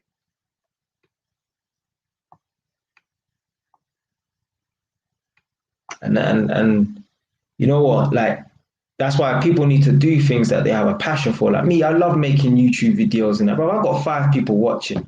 I've been on for an hour and a half. There's people out here with some mad podcasts and that, or whatever, and there's people who have been on YouTube for however long. They would never even live stream if they only had 6 people watching. Me, I just do my thing. When you have a passion for something, you don't really care about the results. Now, don't get it twisted. I sit there and I think to myself, why the fuck have I not got this much subscribers and that? But boy, it is what it is, isn't it? You're not going to be successful in everything you try. But sometimes your failures can lead to success. So, yeah, man. The important thing is in life is to keep trying new things. You're never going to be successful if you get on the train at Edmonton Green, get off at Seven Sisters, get the Victoria line to Euston, and then walk for 2 minutes to your office building, and then come home, go to the gym, and just do that for the next 25 years. You're never going to be successful. You're following the same routine every day. You need to be trying new things all the time. You need to be failing, but you're not really failing. You're learning, fam. You need to be trying new things, even if you think it's a stupid idea. As long as it ain't too costly and it ain't going to leave a hole in your pocket, do it, fam. You've only got something to learn. Like me, even with my flat, like I could have had my flat rented out by now, you know, but my flat's still under construction. But you know what? I'm doing the work myself. I could easily pay someone to do all the work in the flat, but you know what? I'm not learning. I'm not learning if I'm paying someone to do my flat up, but I'm learning by doing the tiling the floor, tiling the walls. Obviously, I'm not really learning by painting, but you know, when you're on the job, you come up with ideas and that. Man, come up with one good idea to leave a gap between the skirting and put LED strip lights around and that. If I'd paid someone to put skirting board and that, they wouldn't have done that. I wouldn't put no LED strip lights around. I need to do it, but you know, I bought the LED strip lights and I've left the gap around the skirting board. When you're on the job and you're getting your hands dirty and stuff and you're taking a risk, taking a chance, you're going to learn. But if you just leave it up to other people or you just do the same routine every day, you're not going to learn nothing new. Need to learn. Like, next thing I'm going to do, so my next project or my next thing I'm going to do is, you know, like them mobile homes. It's not a caravan, but yeah, it's like a mobile home. You can move it, but obviously, but anyway, it's more like a static home. I'm gonna buy them for like $1,000 and fix them up and sell them. I'm gonna do all the work myself. Now maybe I might have to get someone to fit the kitchen, but that's something I'll learn anyway. Yeah, I'm gonna start buying old mobile homes for about £1,000 and fixing them up and selling them. And there's money to be made in that. Because I've looked at how much a good quality mobile home costs. And they go for like 20 grand or whatever. And I've looked at some old broke down ones that all they need is painting done and some construction work on the inside and that. And then you can make good 10 grand off of them. So that's what I'm going to do next. I'm just going to get this flat out of the way. And once that's done, then I'm going to start working on the mobile homes. I just won't be selling them to no gypsy people. Fucking hell. Boy, I tell you about them gypsy people, boy. But yeah, that's the next video. I'll chat about that. Yeah. Right. So my man said other communities keep family close. Oh, I'm not too sure what he's talking about there, because yeah, it's about 8 minutes long. And you know me, fam, I talk about a lot of stuff.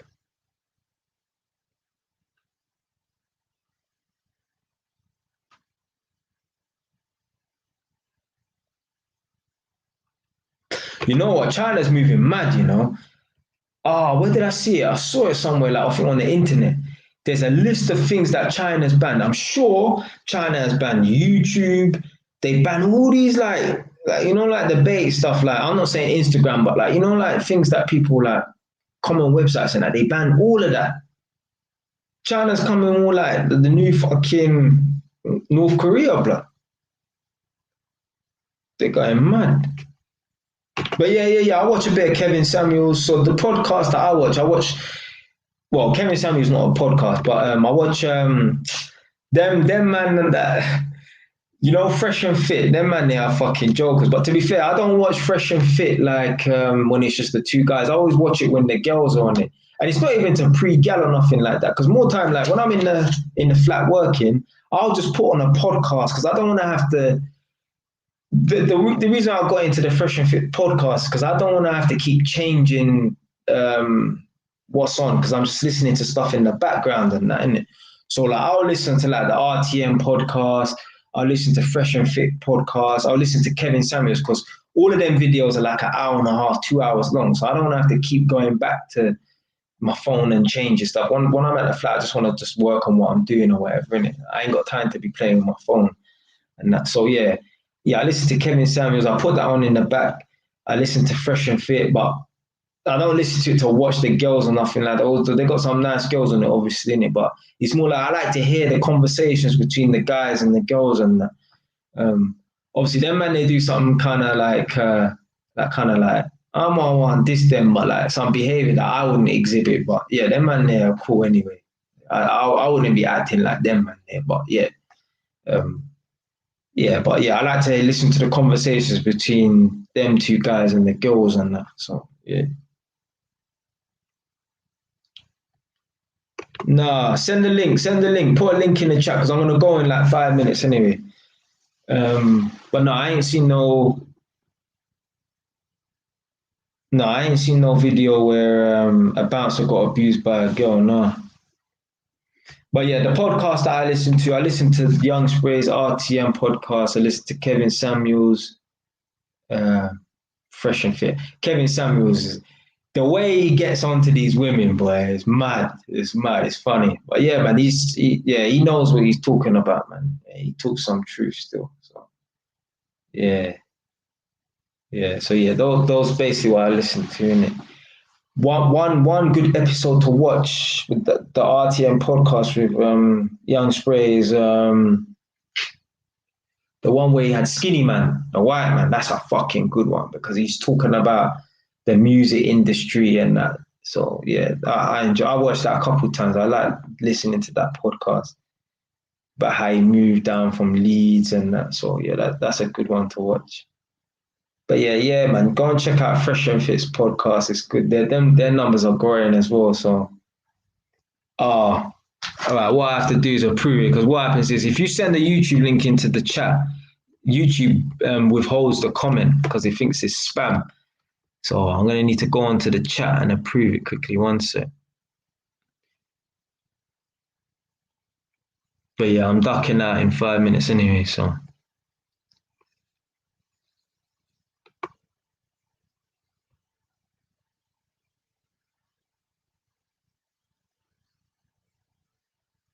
But yeah, I'm ducking out in 5 minutes anyway, so. Right. So where's the chat?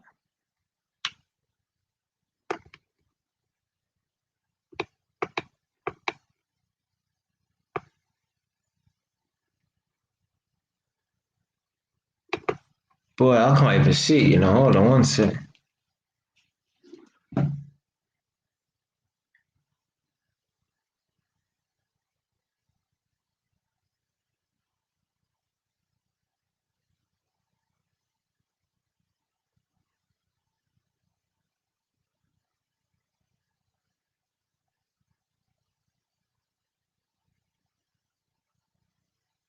All right, one sec.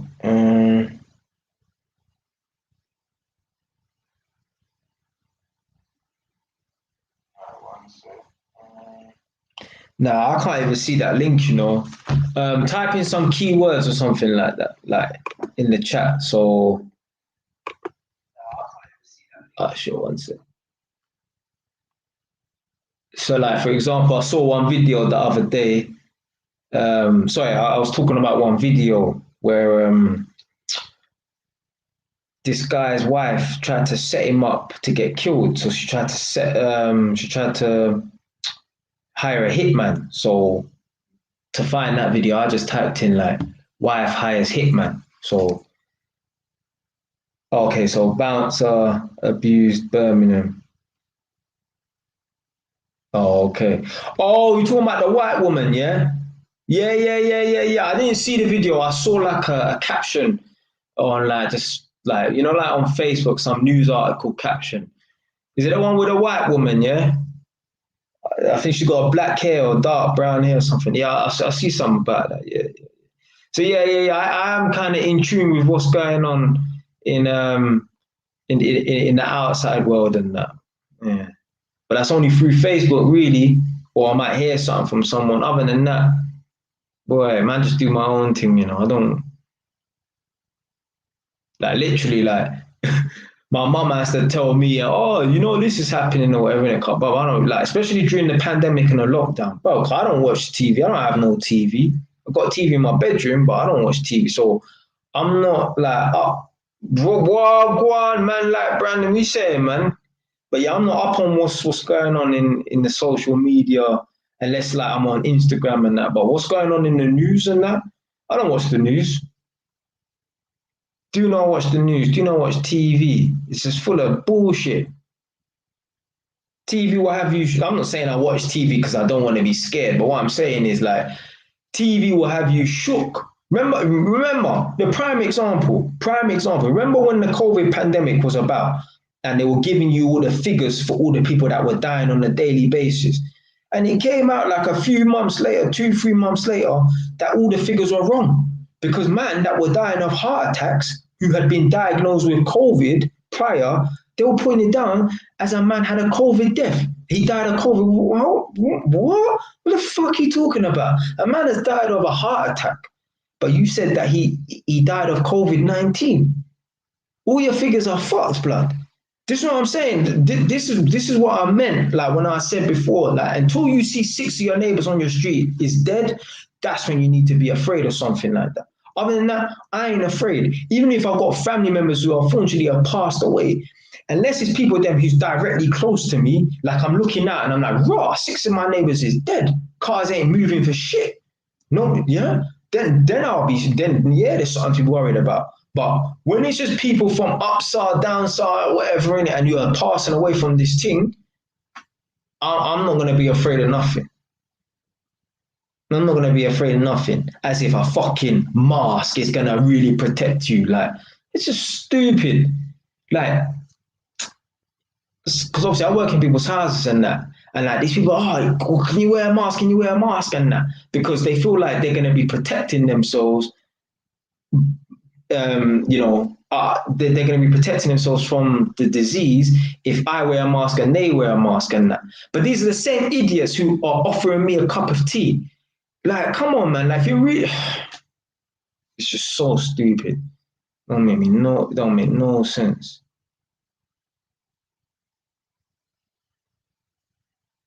Like, listen, fam, man's close to you, though. Man's close. I'm near Western Fable still. That's where man's at. Violet Edwin. Look, come on, some funky names, How can a man come in the chat? I'm from Northampton. Not even Wagwan, I'm from Northampton. Man's talking like he want beef, like. Well, you come to the right place, fam. And you see me like, on that Northampton video, I've had man say, listen, I'm going to do this, I'll do that, or whatever, innit? But me and that type of man, blood, if you got a problem with what man says, it don't matter where you're from, I don't give a fuck, Edmund, Northampton, wherever, innit? Do your thing, fam. You better move to me first, because, blood, if a man asks you, are you that guy? Yeah, I am, fam. You better be on smoke, fam. Because I know I am. I'm not even saying that man leave the house looking for trouble, but I'm ready. I'm prepared to back my talk. Yeah, man, I try to make threats, to man on YouTube and that, like some internet gangster business. Come on, man. But I've been in couple. Like, I even went to a boy's house the other day, and I'm in his house for like half an hour or something like that, an hour or something. And he's like, "You're that guy from YouTube. You made that Northampton video. Like, do you know how popular man's video is on my Northampton video is on YouTube? I'll tell you what. Do this after. I'm gonna come off the live stream in 5 minutes. My video is so popular on YouTube that sign out of your account. So obviously my account is JWise TV. If I sign out and I just view YouTube as a guest, someone without an account, if you type in Northampton on your YouTube search engine, do it after I come off this live stream. Sign out of your account so you're using YouTube like a guest. Type in Northampton and my video comes up top 2, top 3. Imagine that. Man feel famous from that now, Like, look at the smile on man's face. Imagine you type in fucking Northampton and my video comes up, Like, I've been in people's yards and like, oh, I know you from that video. So yeah, that video's done the fucking rounds.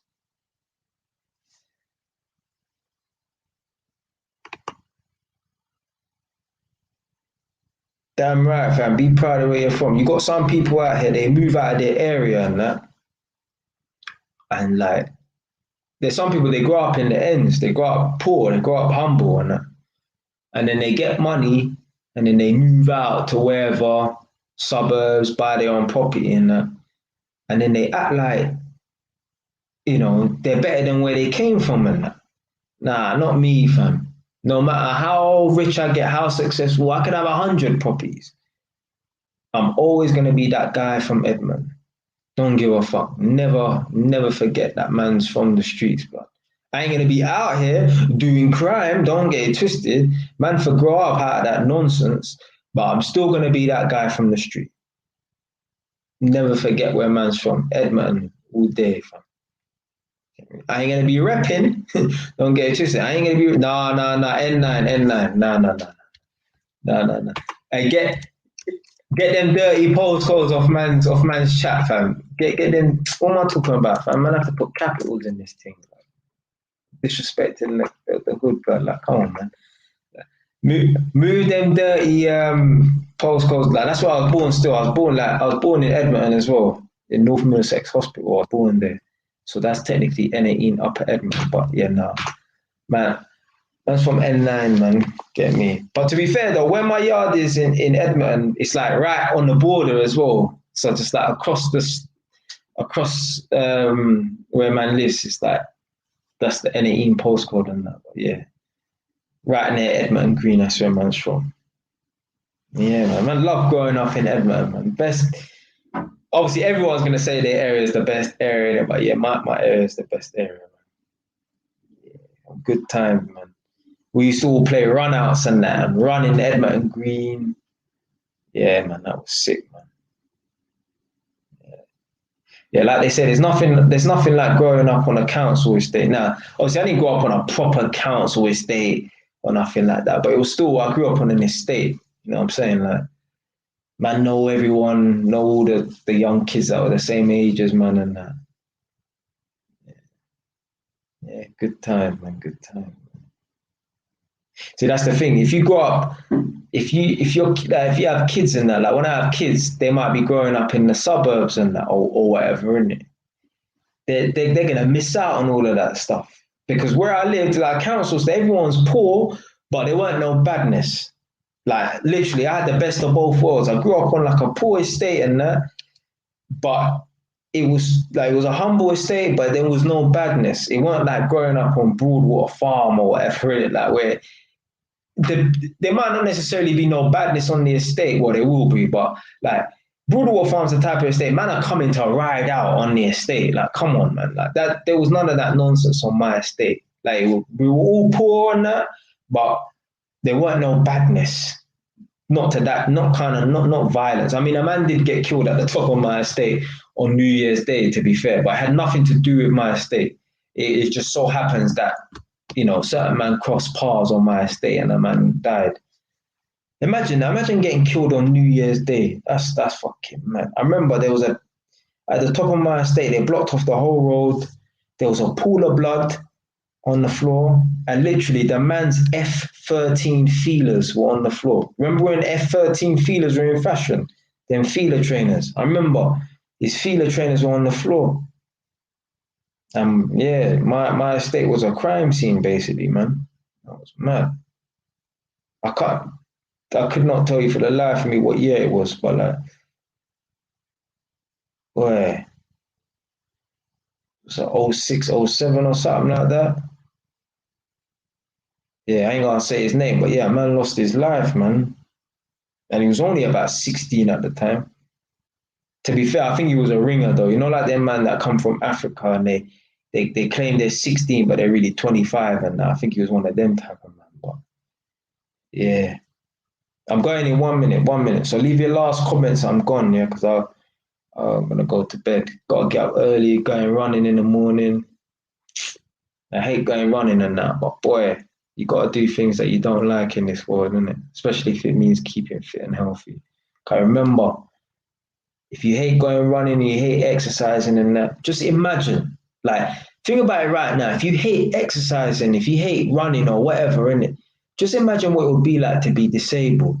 Like picture it right now. Imagine being paralyzed.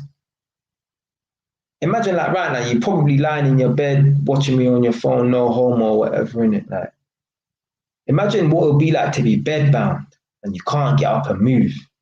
You would love to be able to go for a run, go for a walk. Like trust me, like, man, I don't want to talk too deep or whatever, innit?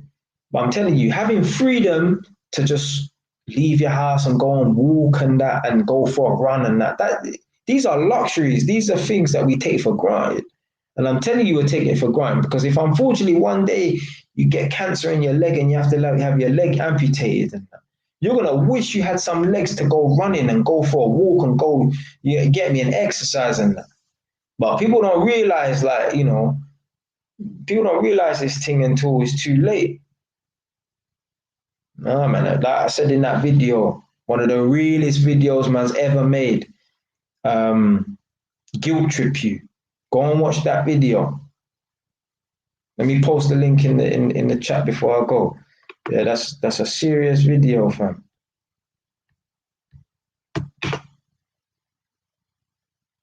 Don't be lazy. Just imagine, like, bro, I've been for, like, I don't see it anymore because when I go running early morning, like before work, so like 6:30, 7 o'clock. But when I used to go running and that during the day and at night, like later on in the evening and that, I used to see people in wheelchairs now and then. And they would love to be in a man's position to be able to get up and go for a run, but they can't because they've had their legs amputated or they got some illness where they can't even stand up, let alone walk or run. And they would love to be in man's position to be able to go for a run and that. So as much as I fucking hate running, you know what?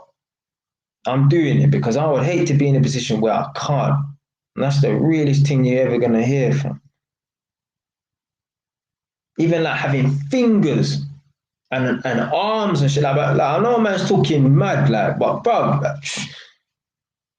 you ain't seen them man that come back from the army. Man ain't got no legs and no arms, blood.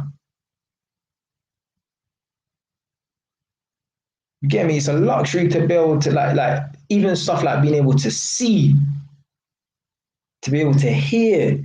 These are luxury. These are things we take for granted. Real talk, man. I know man's talking deep, but for real, these things are luxuries, man.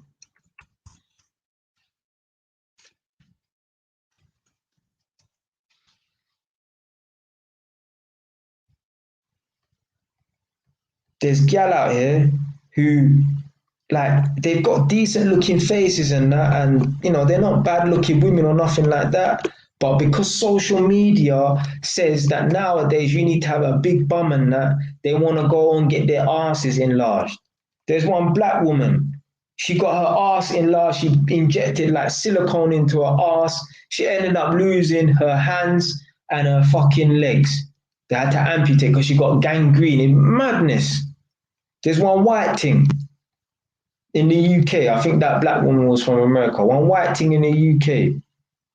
She got her ass enlarged because she wanted to have a bigger bum because social media pressures and all of that. Now she's in pain, constant pain. She can't even sit down. She was on This Morning or whatever one of them programs is. She had to stand up. You know, most of the guests in This Morning will be sitting down like normal fucking people. She was standing up because it's just too painful to sit down. When she goes to a restaurant, she has to sit on a cushion and that. Telling people she wished she never got no fucking surgery and that.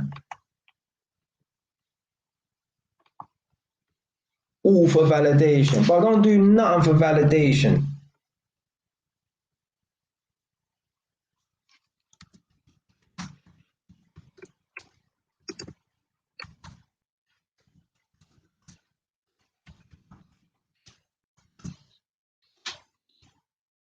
Where's the up hours?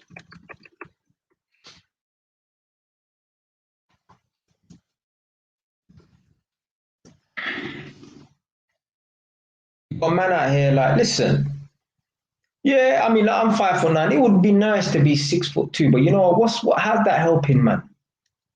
You got man complaining about height and that. Blood, there's man who is born like the dwarf, you know. There's man who are the dwarves out here, blood. And you're complaining that you're 5'6". Blood, there's man who like, you know, yeah. Again, there's man in wheelchair and that. They might be a tall person, but them man, they can't even stand. Yeah. So, blah, man needs to stop complaining, man, and just appreciate what man's got.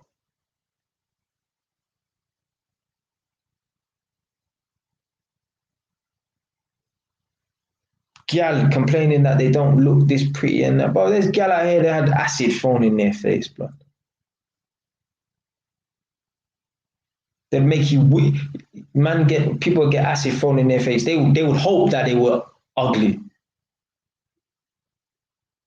They would hope that they weren't good looking rather than having acid thrown in their face. You understand? So, yeah, man, people then for just appreciate what they have, man. God, trust me, there's someone I've got it 10 times worse than you. That don't mean self mediocrity, though. That don't mean, oh, yeah, well, you know what, yeah, like, just because, you know, I'm living a normal life and that I should settle. No. Man still push. Man still push for the best. Man still push themselves in it. But still remember, get me, just appreciate what you have. Remember where you come from, innit? So I'm saying, like, I'll never forget, yeah, man come from humble beginnings and that.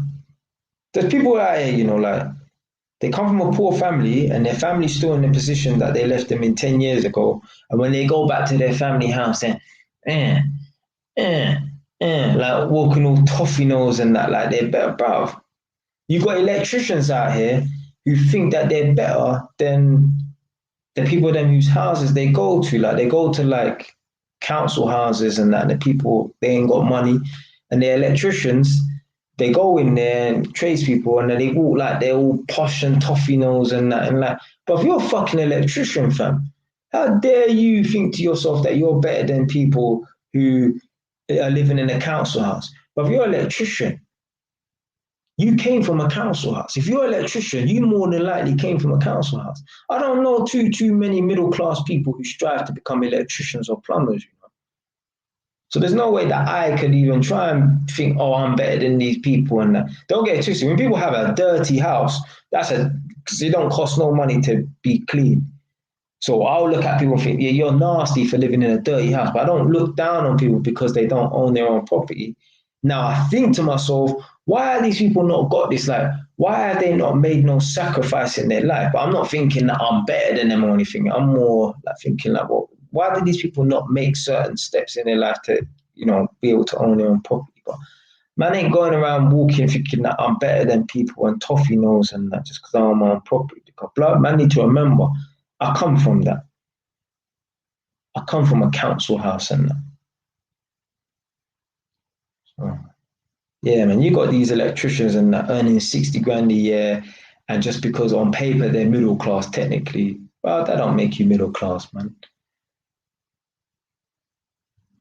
But with that being said, I'm out, people. Take it easy. Respect for joining in. And